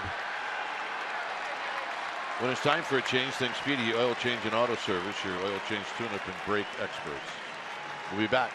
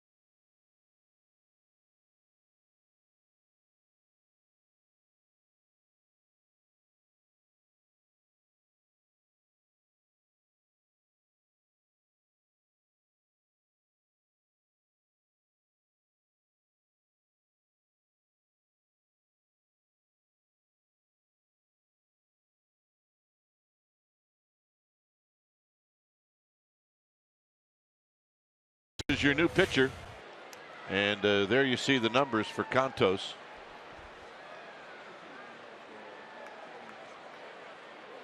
This 43rd time he has come into a game. 3-2, 2.27 ERA. Really had a nice road trip throwing the ball. Low 90s fastball with two types of breaking ball, curveball and a slider. He mix in a changeup once in a while just to stay in shape. And this is Jonathan Scope.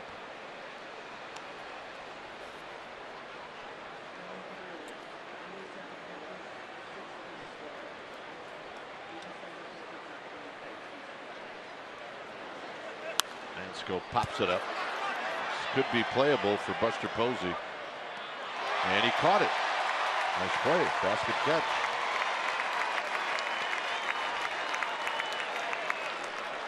Well, we're making that our Ford right choice.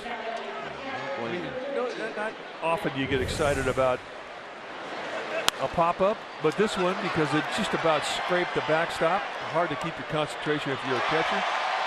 And he gets to do a Willie Mays basket catch. That makes it very cool, our Ford right choice.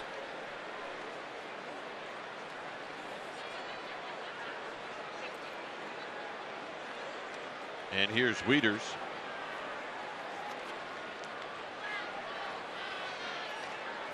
Peters has doubled and he's lined out to center, and here he takes a strike.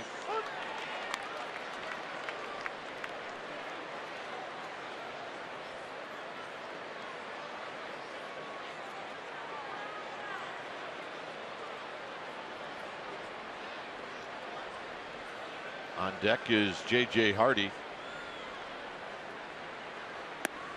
And did he go around? He did not. So it's 1 ball and 1 strike.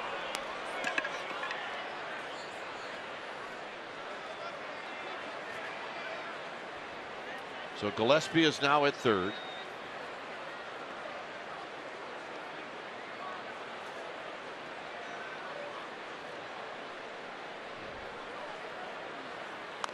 And this is tap foul. That's the changeup we're talking about from Contos. When we first saw George Contos coming out of the bullpen, he was kind of a 2-pitch guy. But once he got around Mark Gardner down in the Giants bullpen, Gardner knew that Contos was a former starter in the Yankees organization. He says, you can do other things in the baseball, do them. That's what we're talking about the last 7 games.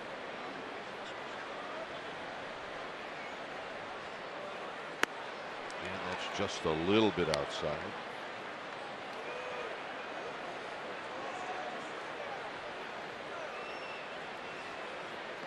So anything you could do with a baseball, any type of movement that you could have put on a baseball, provided you're not going to hurt your arm with it, it can be used against certain swing types. It can be used to pitch to certain situations. And a lot of what you learn when you get to the big leagues is hitter swing types.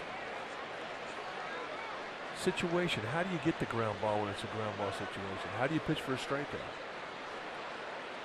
The 3-2, and he just barely got a piece. And the beautiful thing about the big leagues is you're playing against the same guys.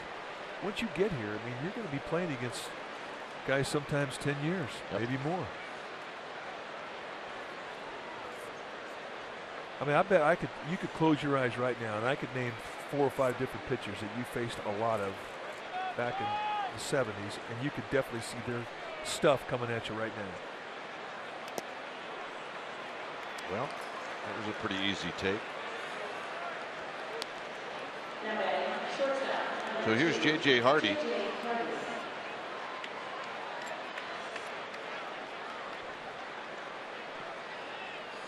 I say Nolan Ryan to you right now. You can see his stuff right now. Yep, I can see him coming right at my dome. I know, so can I.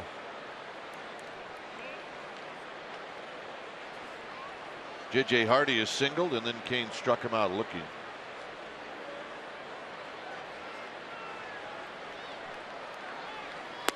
And he takes wide.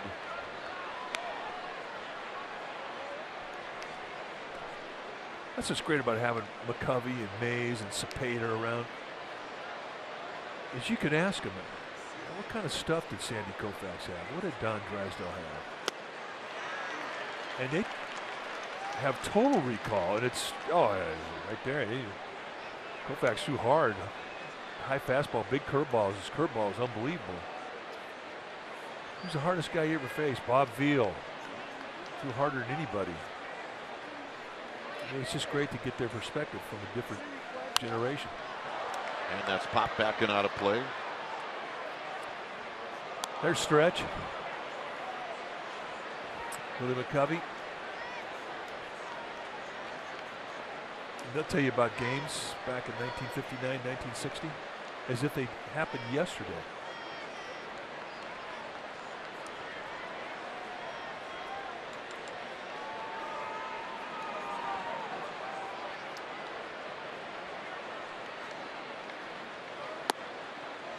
Two and two.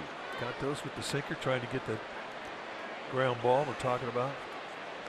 But I mean, when you play against the same guys for 10 years, you learn them pretty well. Everything about them.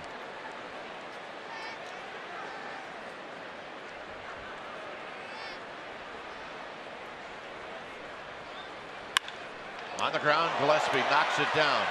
Recovers 1, 2. And a very nice job. He's just into the game. Tough to make that play cold, but Gillespie does.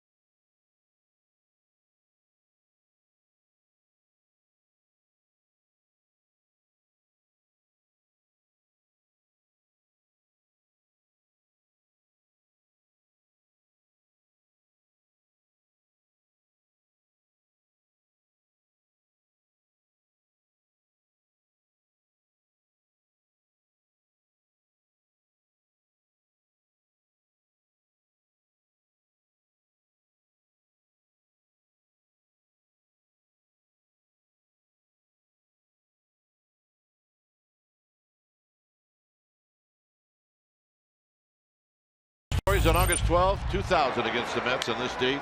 In 2000, Bobby Estelle hit a fly ball to outfielder Ben Akbayani.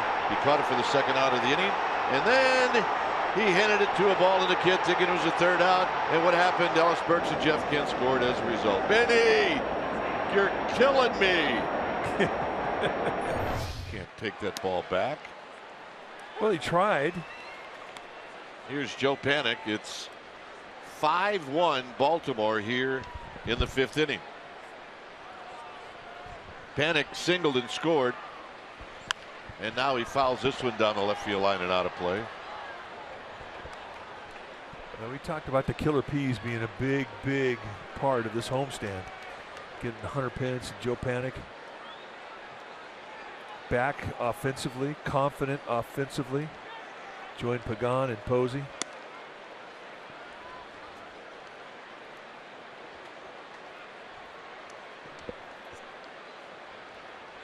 Gillespie on deck. Giants have some time to get back into this game.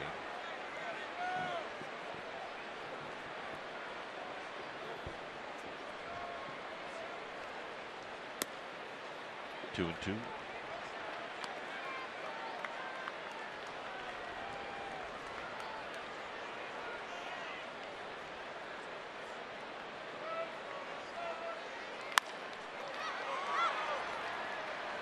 And this will be a 4-3 putout. Panik retired. So our Ford right choice, the one-hop bullet to Connor Gillespie, who just got in. And what's he do? He turns it for a 5-4-3 double play. Our Ford right choice.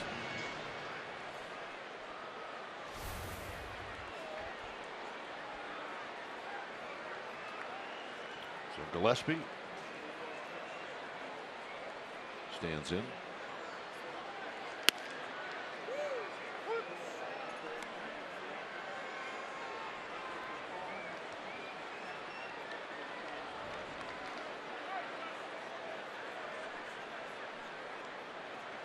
On deck is Panik, or Span, and there's a strike. It's a quick 0-2 to Connor Gillespie. He comes in hitting at 262.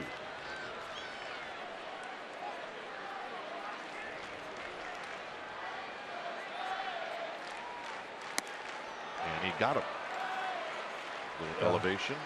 High hard one across the letter. Second strikeout for Bundy.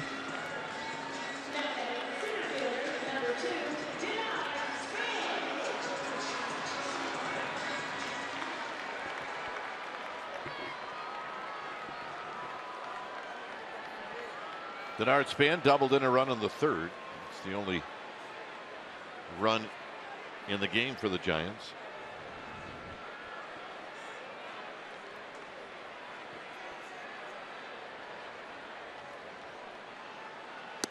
And a called strike, and it's 0-1.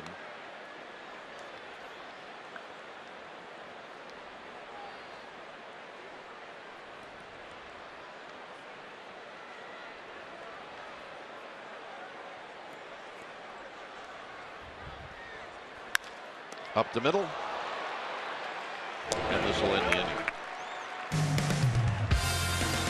Monday will lead things off. It's 5-1 Baltimore.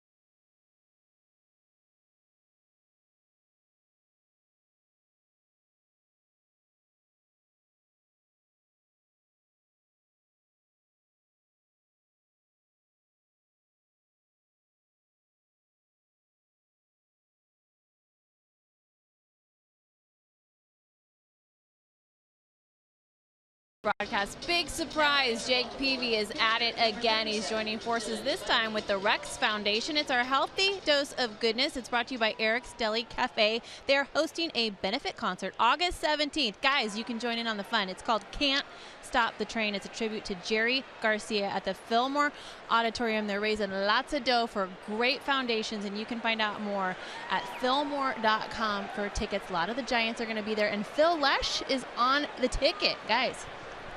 Yeah, well, if Jake Peavy's name on it, it's going to be fun. It's going to be good, and it's going to be fun. And I want to get one of those posters. Whoever the artist was that did that, I want to meet that artist. That was a good one. Took the whole road trip for me to get that done. Well done. A couple bottles of wine. That helps. Get very creative. In one night. Well, I mean, hey. One ball and one strike. 1 and 2.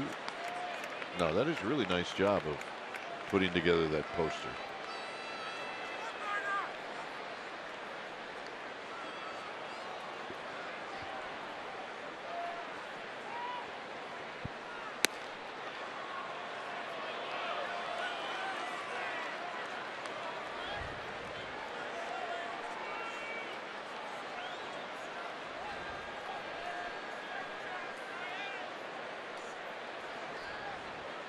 Two and 2 to Dylan Bundy.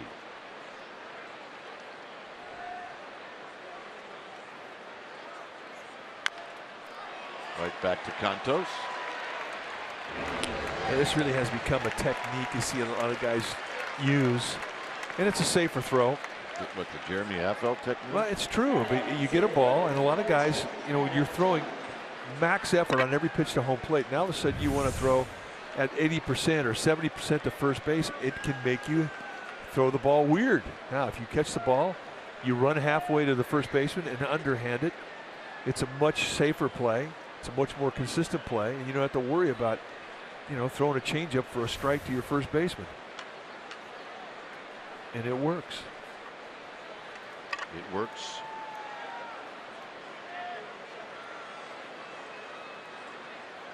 And here's Adam Jones.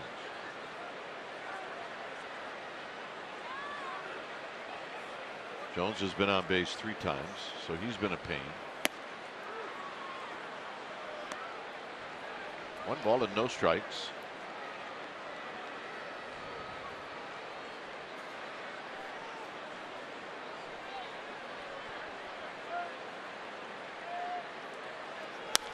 On a play.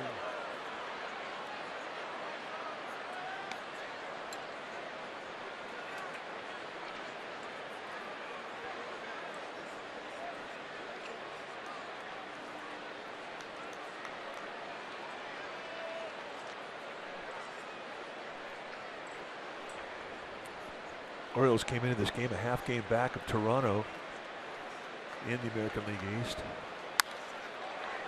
And Toronto lost today. Houston beat them 5-3 in Toronto. Remember Eric Bedard? I do. So the Orioles traded to Seattle for Adam Jones, amongst others. Well, I think the Orioles are pretty happy about that deal. Yeah, they've had a center fielder for 8 years.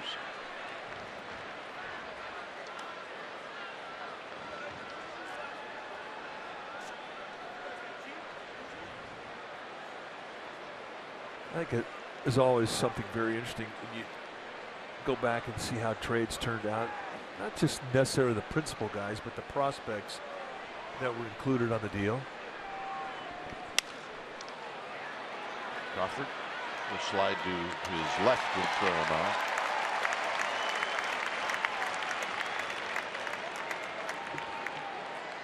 Well, that's why all those trades you make at the deadline,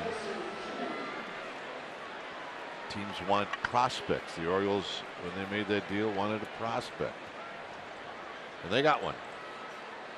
Well, and a prospect that paid off. And this is his 9th year. Adam Jones. Here's Kim. Kim has struck out, bounced out, and then he doubled.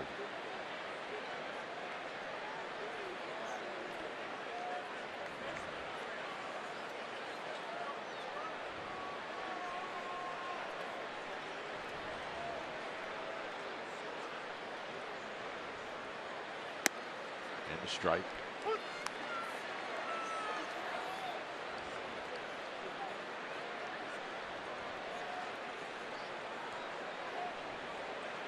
Two outs with Manny Machado on deck.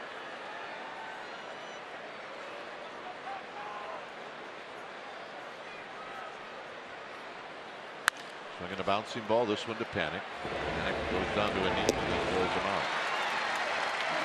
So 3 ground balls, and now the Giants are coming up, and it'll be Pregame to hit first.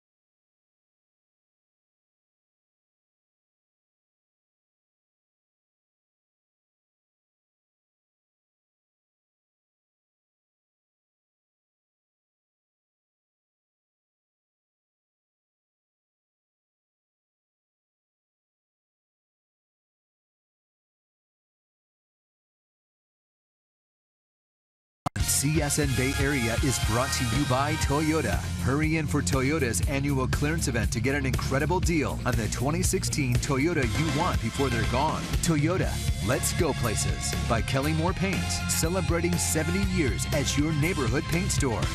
And by Xfinity. X1 from Xfinity will change the way you experience TV. It's a 5-1 lead for the Orioles as Pregame stands in. And the first pitch is a call strike. Pregame is in a fly ball to right. He's walked and he's hit a home run foul. Well, it was a splash hit home run foul. One of the more impressive strikes all year. Fouls this one back and out of play.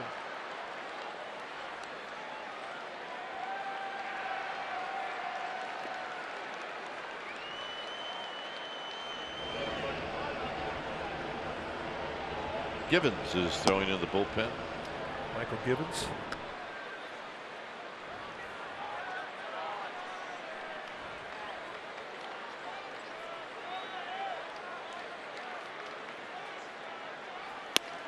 In tight, 1-2.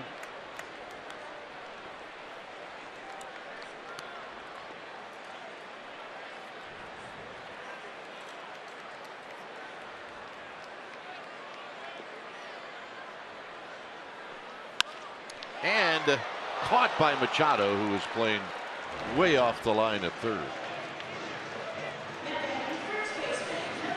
Well, the Orioles are going to be here all weekend, and on Sunday we're giving away Hunter Pence solar bobble bodies to the first 20,000 fans, courtesy of Coca-Cola.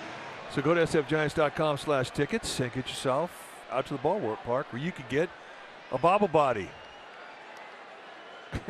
Those, yeah, they make me laugh.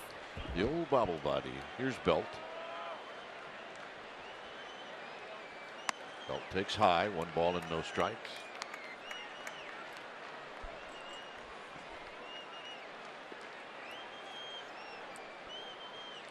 Belt 0 for 2.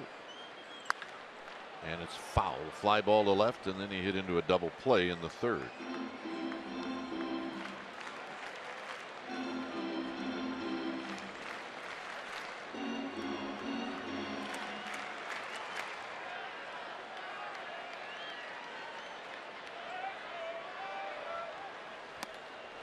One and two.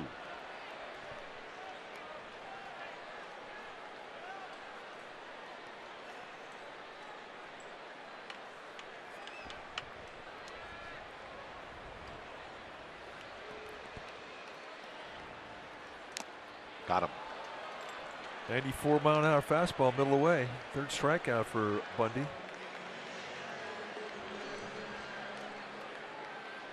That's it. Buck Showalter coming out. Buck's got the fast pace out to the mound. He'd like that. Good by me.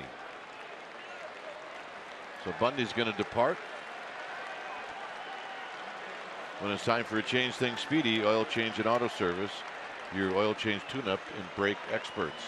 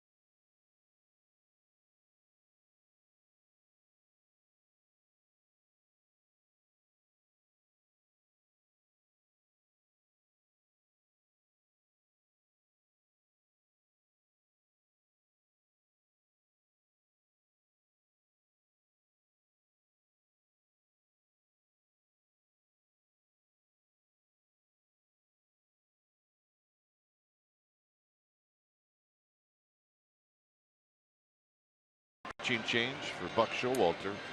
Michael Givens is the new pitcher. Take a look at the numbers for Michael Givens. 45th time he's come 8-1 with a 3.25 ERA, 65 strikeouts against 52 and 2/3 innings. He was a former second-round pick by the Orioles in 2009, and what's unique about him is that he didn't sign as a pitcher. Givens was signed as a shortstop and converted from shortstop to pitcher in 2013. Hard thrower, mid to high 90s, slider and a changeup, and the high sidearm delivery. And for high sidearm to have mid to high 90s with velocity is unique.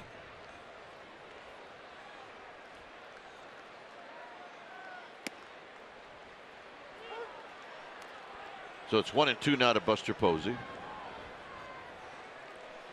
Buster tonight has walked and he's popped out to center field. Offense in this game has really consisted of what happened in the third for the Giants. Panic a single. Span doubled them in. Giants had something going, but then Belt hit into a 4-6-3 double play as you see Jake Peavy getting loose.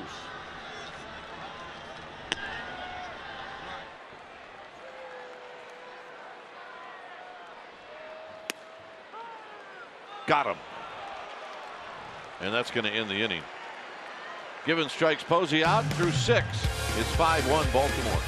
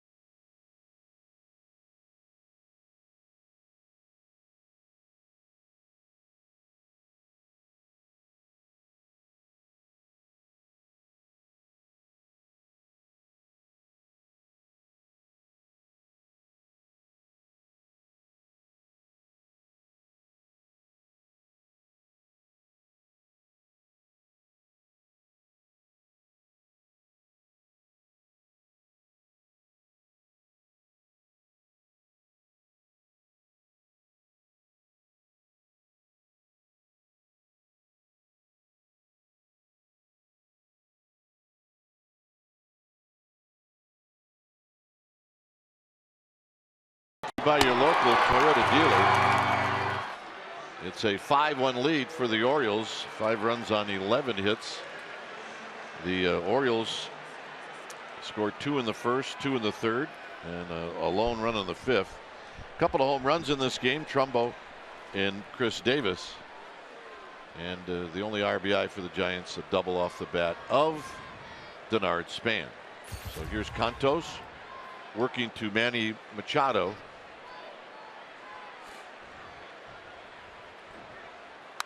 And a foul back and out of play.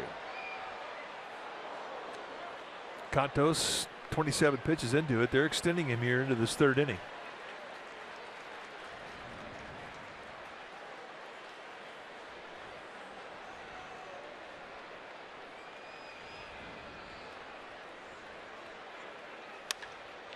Fly ball to left, but it's right at Pagan. 1 out. Just off the end of the bat. And here's Trumbo.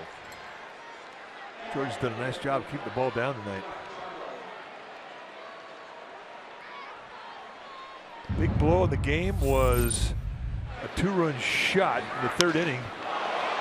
A mistake to location, middle in. And Trumbo hit home run number 33, which leads the world.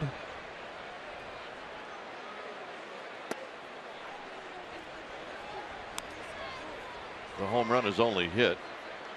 He's 1 for 3.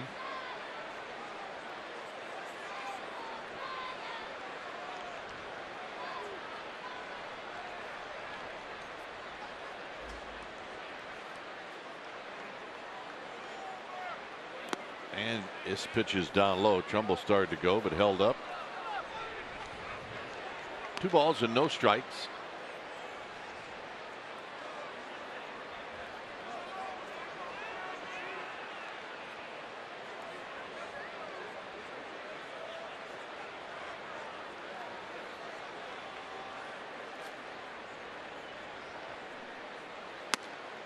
Right on the inside part of the plate. It's 2-1.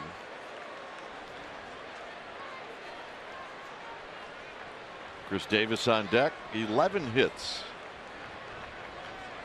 The Orioles had 11 hits after the 4th inning. Rolled foul. 2-2.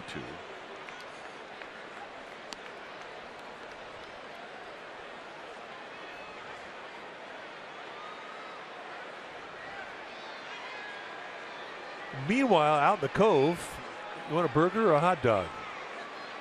Oh, I'm more in a hot dog mood right now. I'm always in a hot dog mood.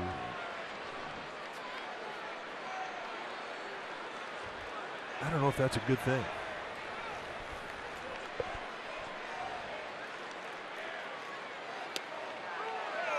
Got him. Fastball right at the base of the strike zone. Trumbull giving him some stank eye.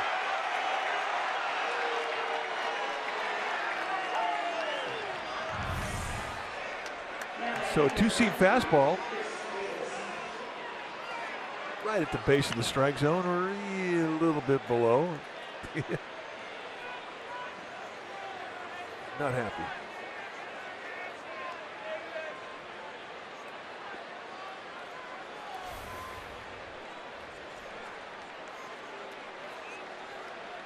I'm saying he was not happy. I'm going out on a limb. I think you're right. Overshift is on for Davis, who hit an opposite field home run in his last at bat.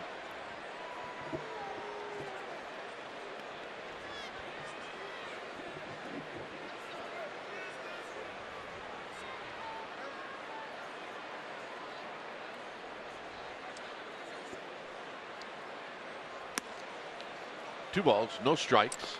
That's a lot of changeups he's throwing out there tonight. He's feeling that pitch. I mean, you got 3 different specialty pitches. You got a curveball, slider, and a changeup. And ride the hot one.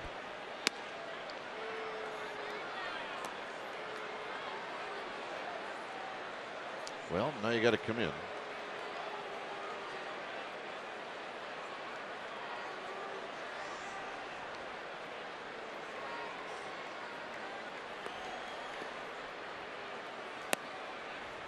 And Cantos didn't. Very respectful. 3-0 changeup. Here's Scope with 2 outs.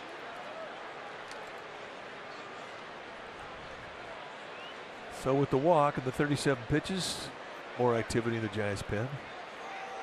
It's like Javier Lopez is heading down to the pen.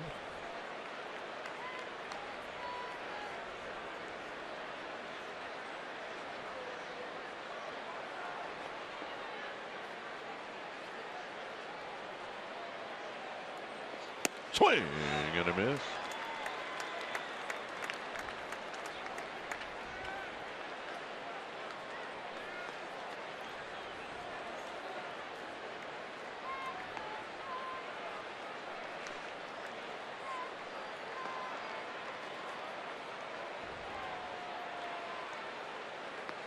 And a line drive, and that'll be caught by Crawford, and that's going to end the inning. Crawford, Pence, and then the pitcher spot.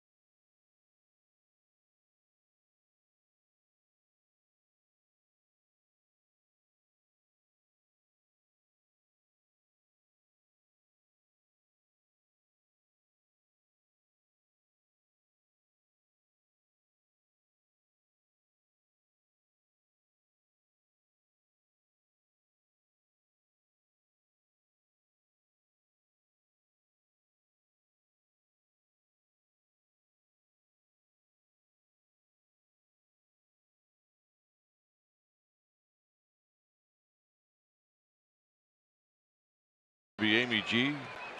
Now it's Henry. Well, that is good news. Here's Crawford.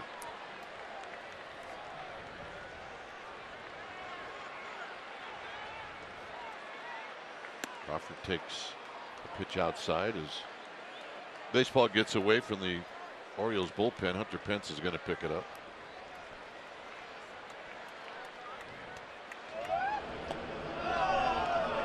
So that pitch did not count.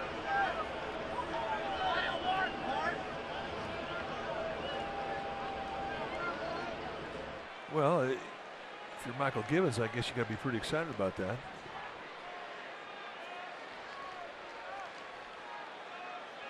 Here's the deal, though. Crawford could hit that pitch out of the park, and guess what? It would have been a big hang with him. It would have been. It did not count. So I think you have to be a little careful when you start calling timeout.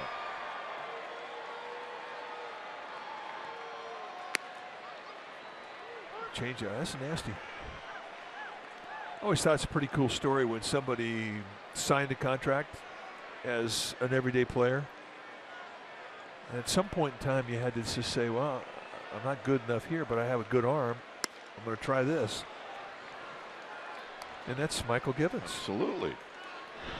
Jake Peavy finishing off his warm-up pitches. He will pitch the top of the 8th. But you know, Gibbons, I mean, he was a second-round pick, so you know that he had a good arm. But to come up with an arm that can throw 95 from the side. That's unique.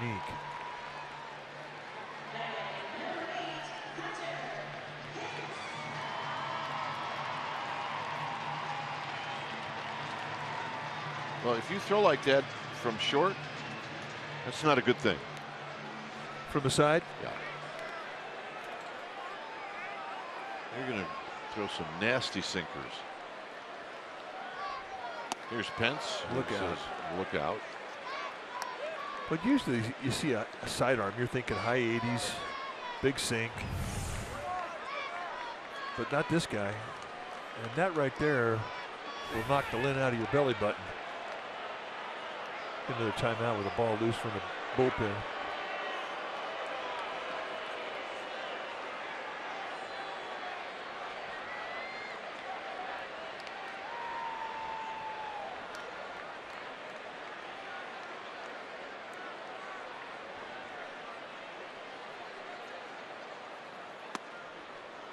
To Hunter Pence. But there's some guys right now around the big leagues that are having big time careers. Converted everyday players to pitchers. Kenley Jansen with the Dodgers. Well, and there are some organizations that are more willing to try it than others.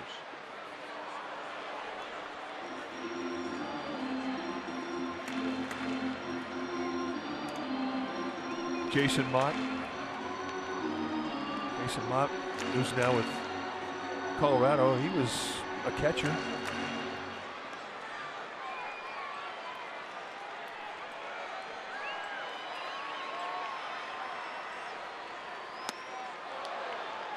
He's got a swing back.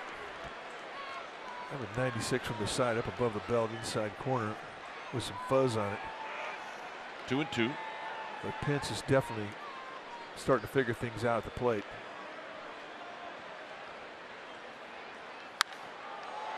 High and foul and down the right field line and out of play.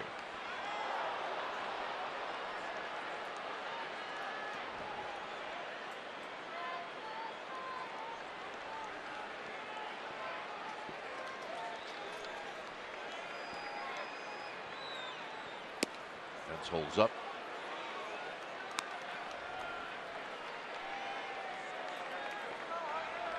That pitch right there was in the scout report 10 days ago. He was swinging at that.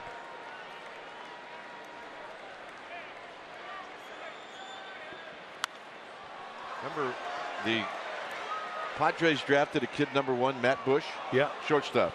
Yeah. Now? Pitcher with the Rangers. Closer. Throwing good, too. Got a little bit of trouble, but now is settled in. He's quite a big leaguer. Yeah. It turned out to be a pretty good story. But, I mean, that's what you're drafting as a scout. You're drafting arms.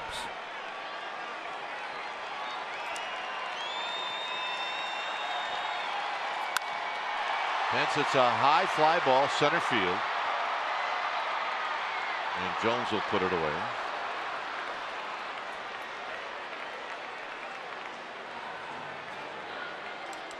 I mean, how you get drafted and how you fit into a big league roster, I mean, it may not be anything that you're expecting as a player. And here comes Buck Showalter.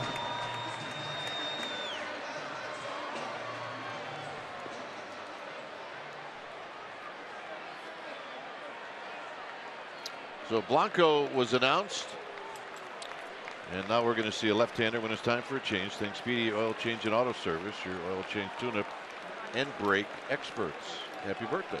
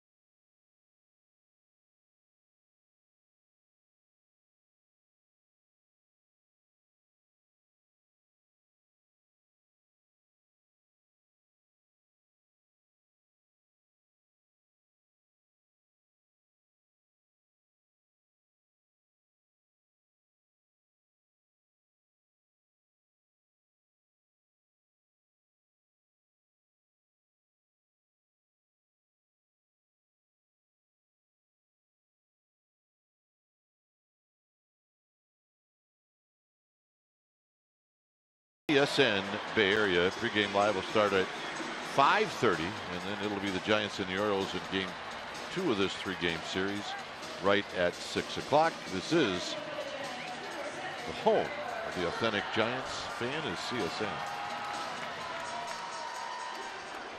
So it's Donnie Hart to face Gregor Blanco with 2 outs.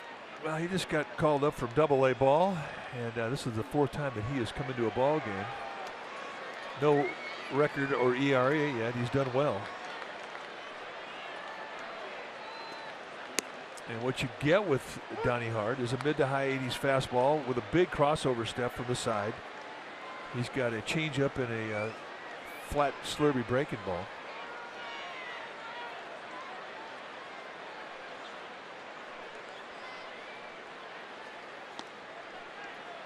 And that's off the glove of Wieters, and it rolls right to Joe Panik. Donnie Hart, not a big guy, 5'11", 175 pounder.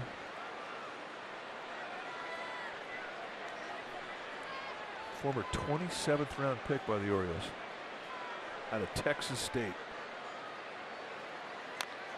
Tapped foul.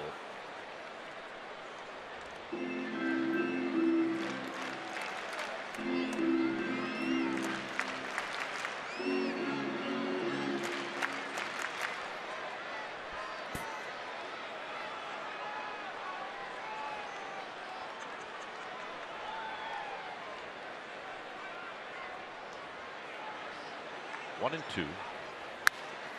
Blanco goes the other way, and on the move is Kim, and Kim makes an adjustment as he goes right to the foul line, and then he comes in to put it away. It's 5-1.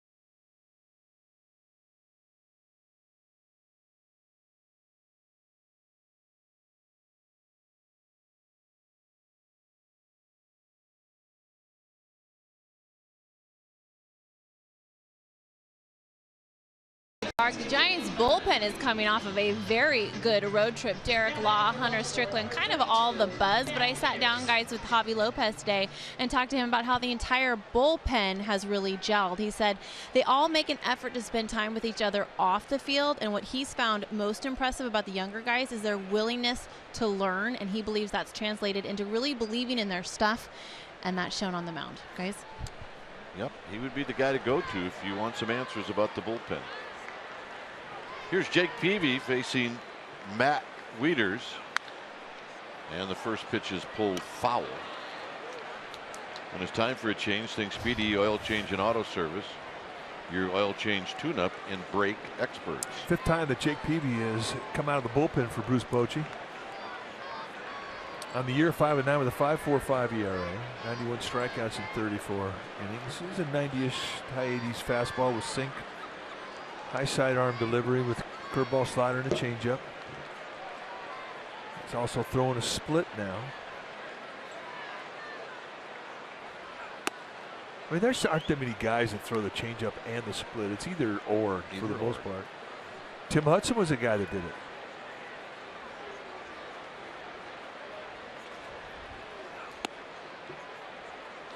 I miss that guy. Yeah, he was good people. The Hudson family, they were solid. Yeah, we got to see them. They'd show up on the road, walk down the street like the All-American family. Yep. And they like their old man. So do we.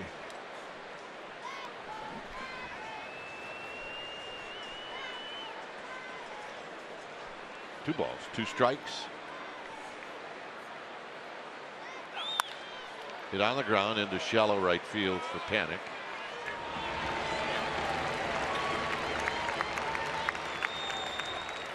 And here's J.J. Hardy.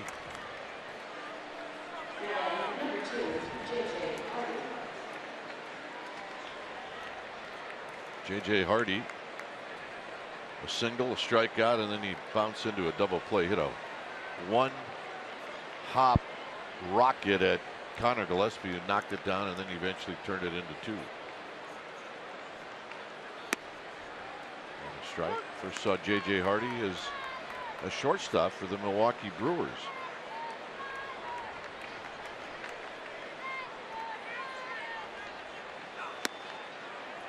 Just a bit inside.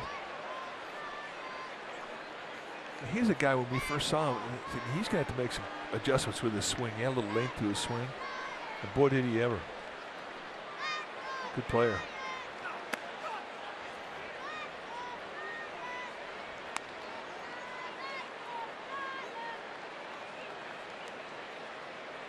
Two and one with one out.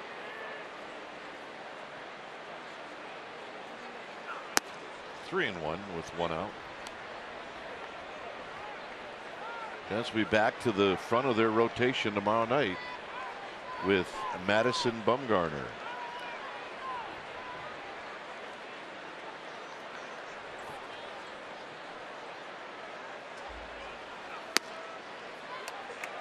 Three and two.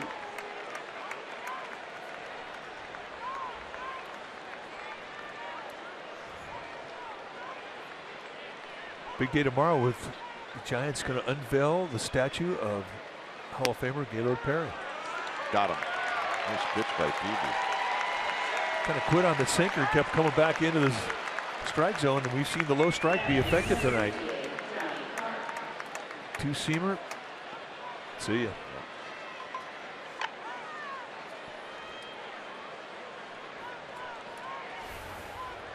So here's Hart.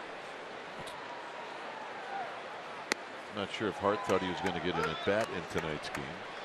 And we encourage Giants fans who are coming to the game tomorrow, or even if you're not, come out to the yard and watch the unveiling ceremony of the Gaylord Perry statue. It's on the 2nd and King Street side of the ballpark, right next to the Orlando Cepeda statue. So there will be a ceremony, a little party.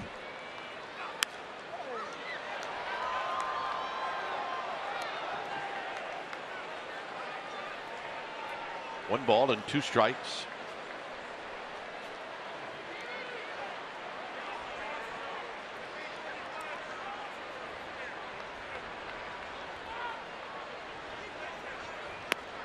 And that'll end the inning. So Peavy with a 1, 2, 3, 8. Well, the Giants have some work to do. And Panic's going to start it off.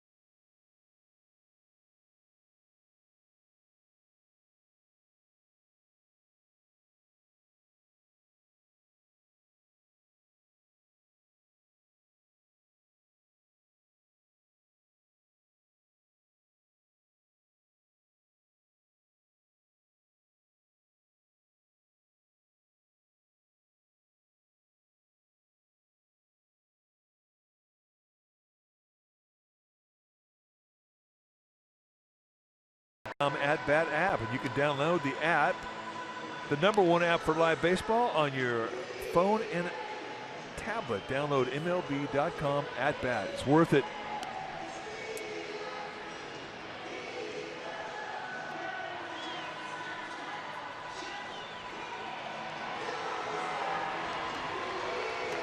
(5-1). Hart, who hit, obviously is going to stay in the game, and he'll be facing Panic, Gillespie, Span, and that's why he's still in the game. 3 lefties coming up. But that has not bothered Giants hitters, as we've seen throughout the season. And there's a drop down breaking ball, 1 ball and no strikes. This would be a good test for Joe Panic.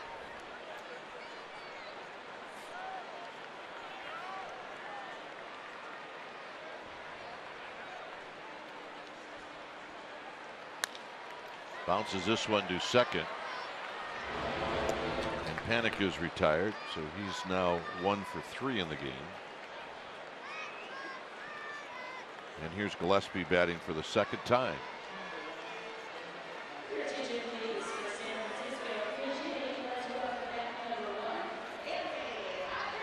So it's going to be Adrianza instead.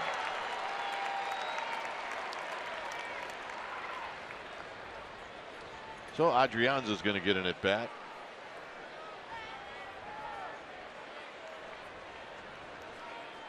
If you're a bench player, how many at bats a week do you need to stay sharp? I mean, look, it'd be great if you could get a 1 start a week, but you're not going to get that. You're not. So what's the minimum? Like 3 or 4? Can you stay sharp and keep your strike zone with 3 or 4 at bats? Kind of.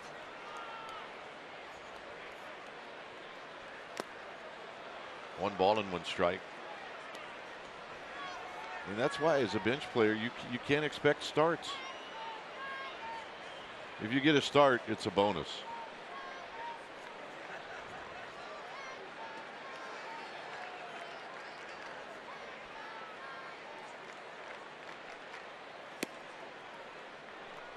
Really has to be a combination of one of the regulars needs a day off, and then you're going to get some at bats. That's the only way it happens.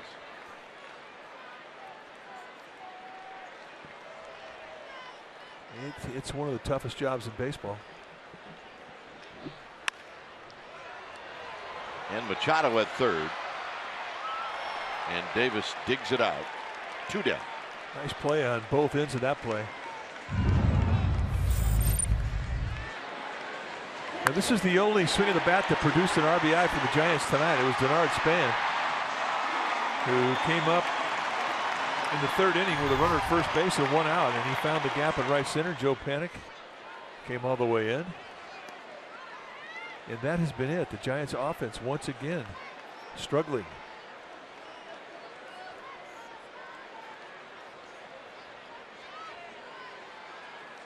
Span 1 for 3. And that breaking ball is inside.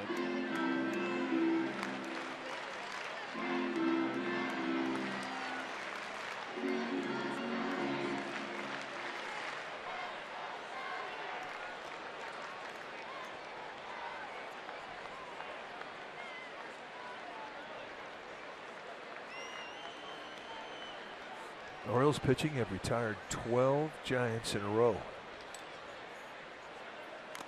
Swinging a foul that either got the umpire or Wieters.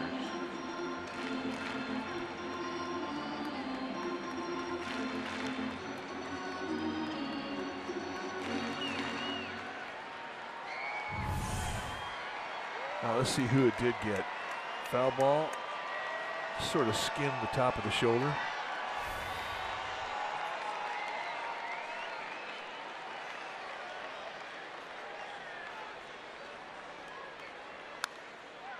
Backing out of play.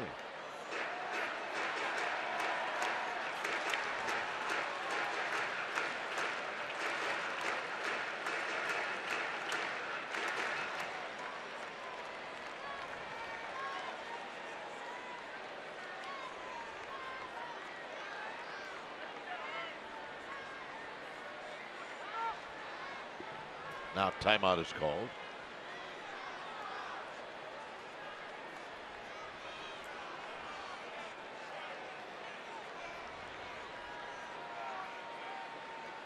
Big crossover step from Hart.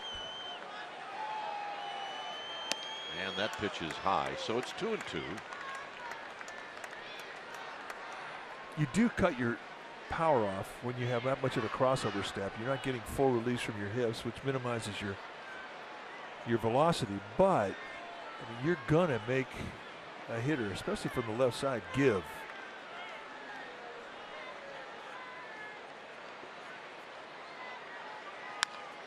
Shot up the middle, but it'll be cut off by J.J. Hardy, and he's going to throw him out to end the inning. 3 up, 3 down, 8th, 9th inning coming up.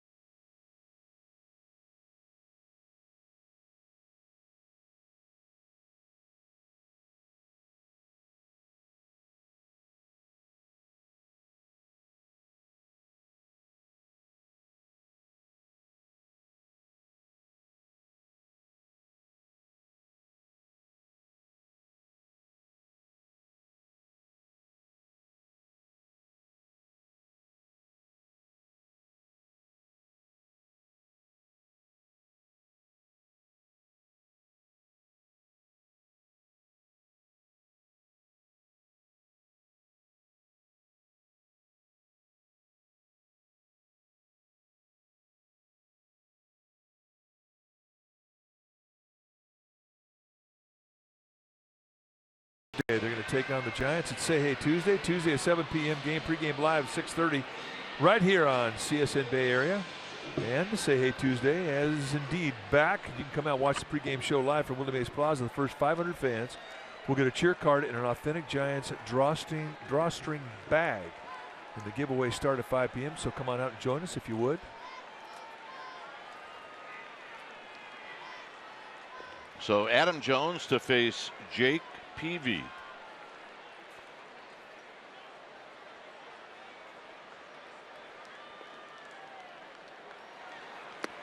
And the first pitch is down low. Adrianza is now at third. So the Giants have their third baseman in the game. And this is shot up the middle in Crawford. Going to throw him out.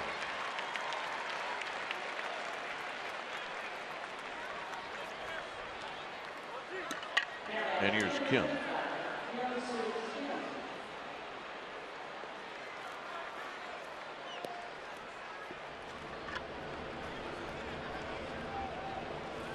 Brad Brock, the right-hander, finishing off in his warm-up throws. He will pitch the 9th inning.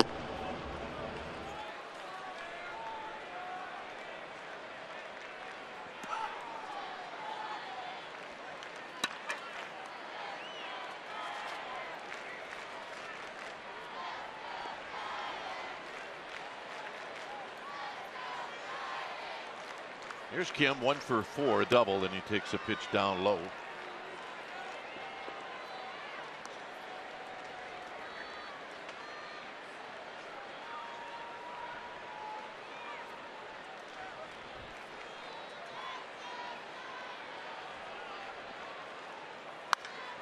And he skies this one out into right center field. It'll be Span and Pence when Span is calling, and that's out number 2.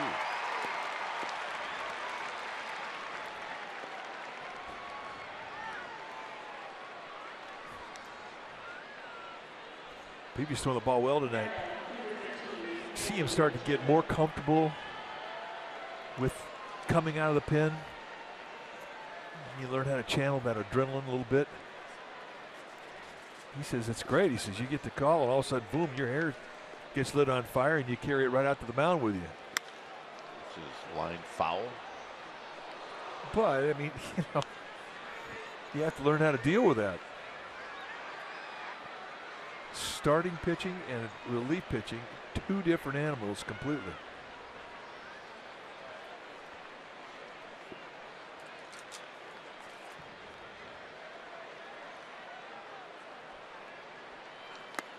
Big swing and a miss by Machado. You know, this is the 15th year for Jake Peavy. I mean, he's kind of redefining himself every time he goes out there. That's good. You may attack another 4 or 5 years on your career.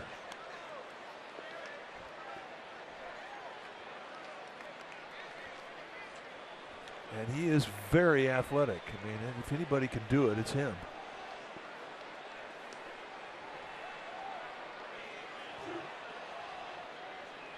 Oh, 2. And he got him. Well, this is it for the Giants. They need 4 to tie and 5 to go home. And they're in a good spot to do it.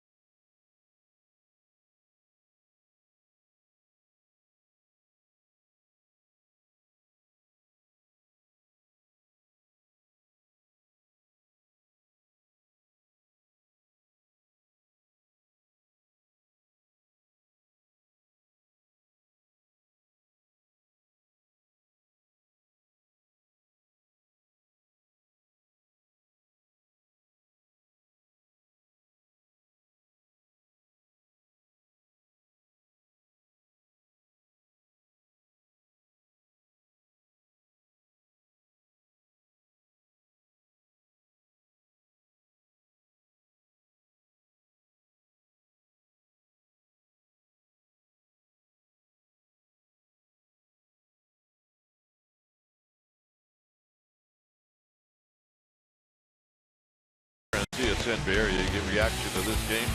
Raiders and Cardinals highlights and the latest on Colin Kaepernick's status.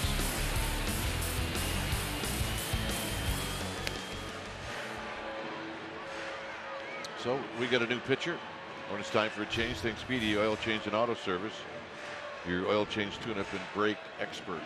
So welcome Brad Brock to AT&T. He's making his 51st appearance.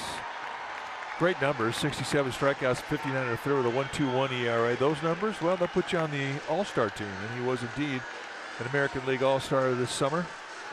He's got a good fastball. It's low to mid-90s, hard slider, and a split. And he's got some funkiness to him. Big guy, 6'6", 215-pounder. And kind of a low three-quarter release. And the first pitch to Pagan is high.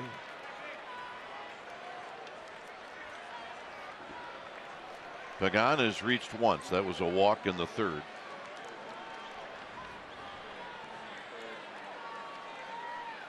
And he's going to take a pitch wide, 2-0. Giants at this point now will take a base runner any way they can.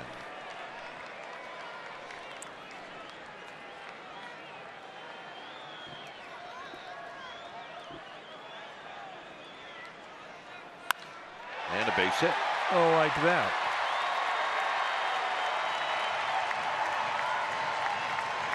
It all started with a base hit up the middle. So here's Belt. Belt is 0 for 3.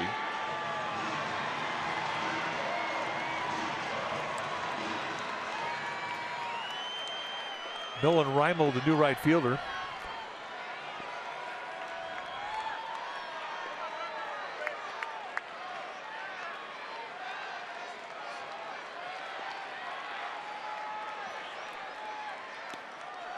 And that's going to go to the backstop, so Pregame is going to work his way to second.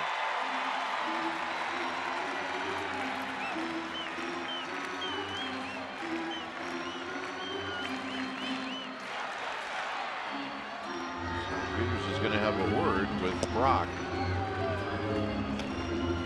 His word is going to be this. Is that senior unhittable? That's Zach Britton, and yeah, he's pretty much senior unhittable. He is the closer for this Orioles team.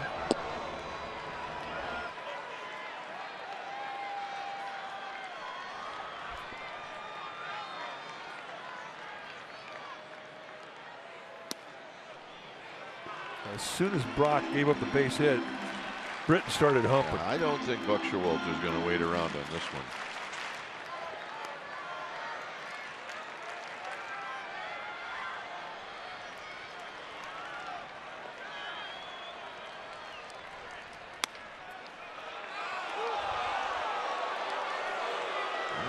Sure Bruce Bochy agreed with that one. Well, a lot of fans were pretty much in disagreement with it as well. All right, let's take a look at it. 2-0 fastball. It's a gift.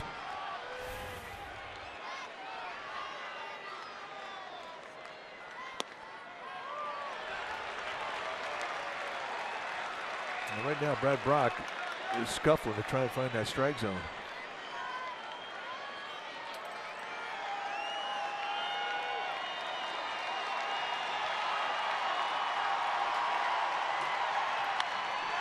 Belt dumps one into center field. He's going to have a hit. Pagane's just going to keep on going. He's going to score. So it's 5-2. Belt with an RBI single. Is that it? Yep, here he comes.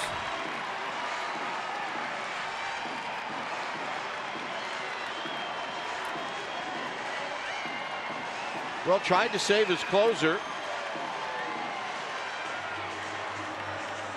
And we're going to take a look at a guy that we've read an awful lot about. It's 5-2 Orioles.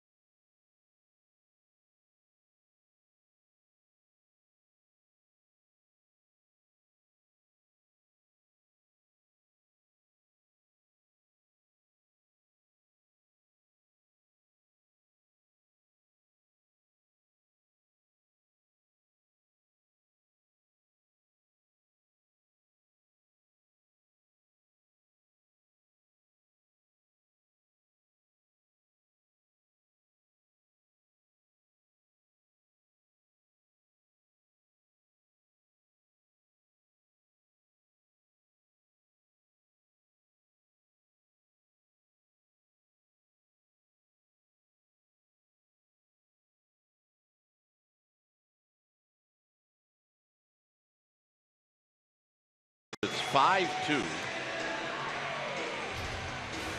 here's their closer, and he's very good.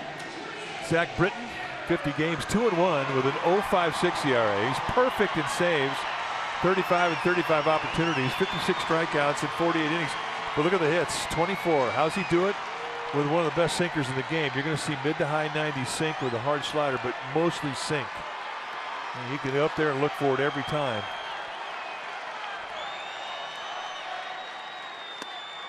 And the first pitch strike to Buster Posey.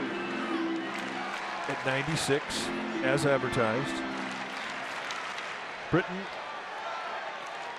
third-round pick by the Orioles in 2006, originally was a starter in the minor leagues.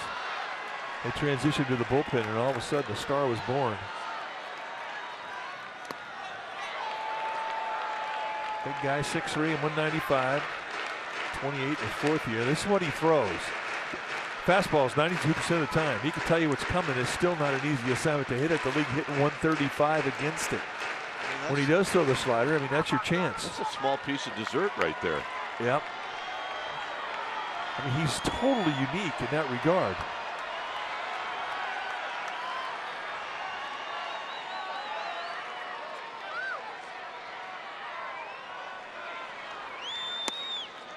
We used to talk about the dominance of Mariano Rivera, who had one pitch, basically, the cutter, and he could tell you it was coming and you still couldn't hit it. Well, I mean, this is kind of a left-handed version of that. He's not cutting the ball, but he's sinking the ball. And mid to high 90s.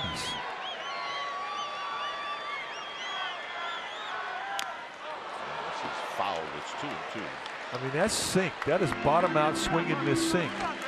From a guy who's got an inside-out approach and a guy who's a good sinker ball hitter.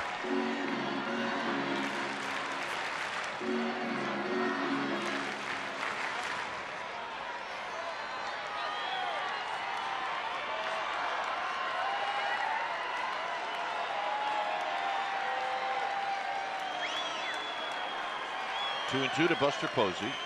Belt with his lead at first. Foul back. Buster had a rip.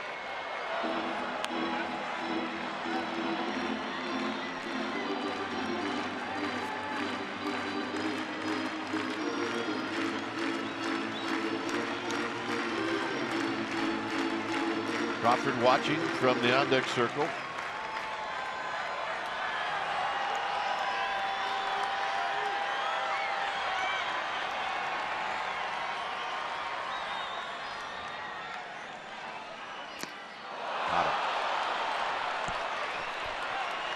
Posey says, I tipped that ball. I think he's going to win his argument. Is he? No.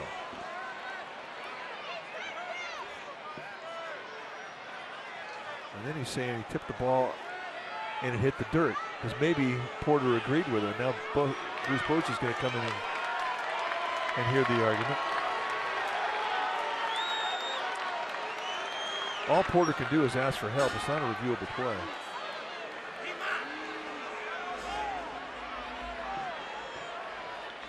The question is, if he swung, did he make contact with the ball? And if he did he get to, that ball definitely bounced. It's questionable is whether or not he made contact. I don't think as an umpire that would overrule what Porter had to say about the play. Well, I just go by Buster doesn't lie.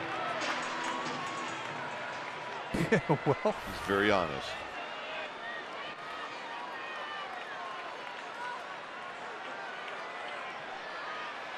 Crawford is 0 for 3. And he takes outside for a ball, 1-0.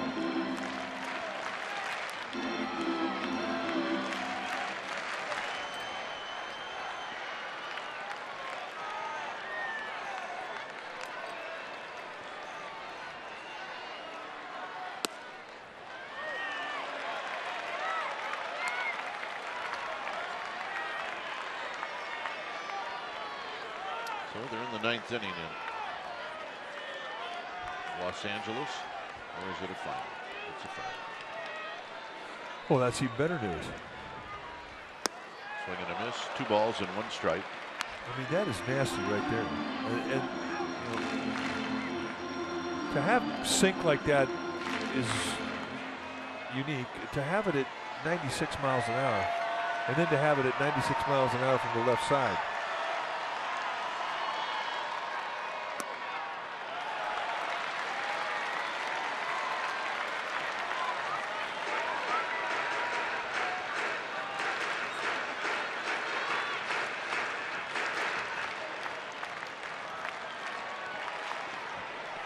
Hunter Pence waiting patiently.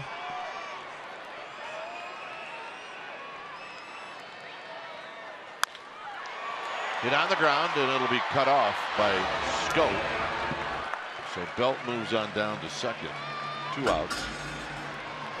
But the only guys I can think of that had that type of sink coming out of the bullpen: Johnny Venters with Atlanta, Norm Charlton, and he was part of the Nasty Boys in 1990 with the Reds. But even then, I don't think they had the same type of sink and velocity. Well, Venters didn't even last that long. When he was right, he was as nasty as there was. He's the closest thing I can think of to Britton.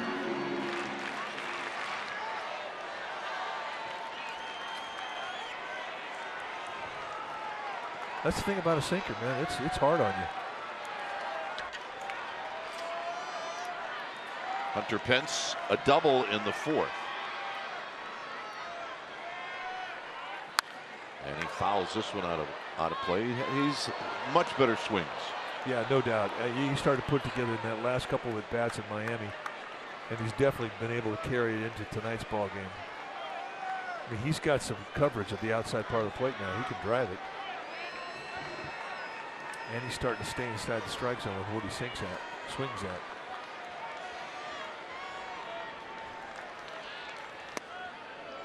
And the next pitch is down low. Trevor Brown is on deck.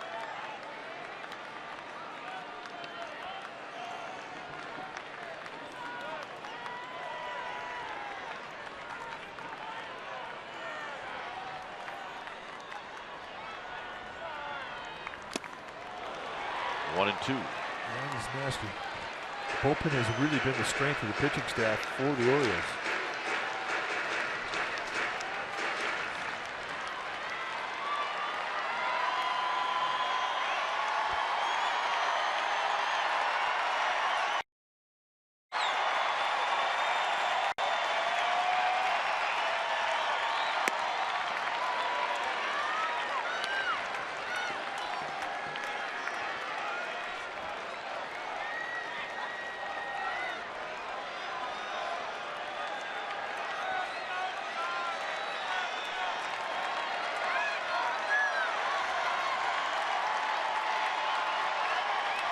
Two pitch, and that's the ball game. So game 1 of this 3-game series on a Friday night goes to the Orioles, and this was one where the Giants got down early, and they really couldn't get anything going until the 9th inning. They had an opportunity in the 3rd and an opportunity in the 9th. They scored in both of those innings, but it was not enough. Well, it was not enough, and I'm sure they're disappointed because they had other expectations coming back home, cranking up the offense, and they did get some good at-bats from Panic and Pence tonight. They're coming out of their funk, but not enough. And when it got to the bullpen for the Orioles, it was lights out. So tomorrow night it'll be Madison Bumgarner, and tonight, there you see the line. Final score: Orioles 5, Giants 2. Thanks for joining us. Stay tuned. Esurance Giants postgame live with interviews and the wrap starts right now.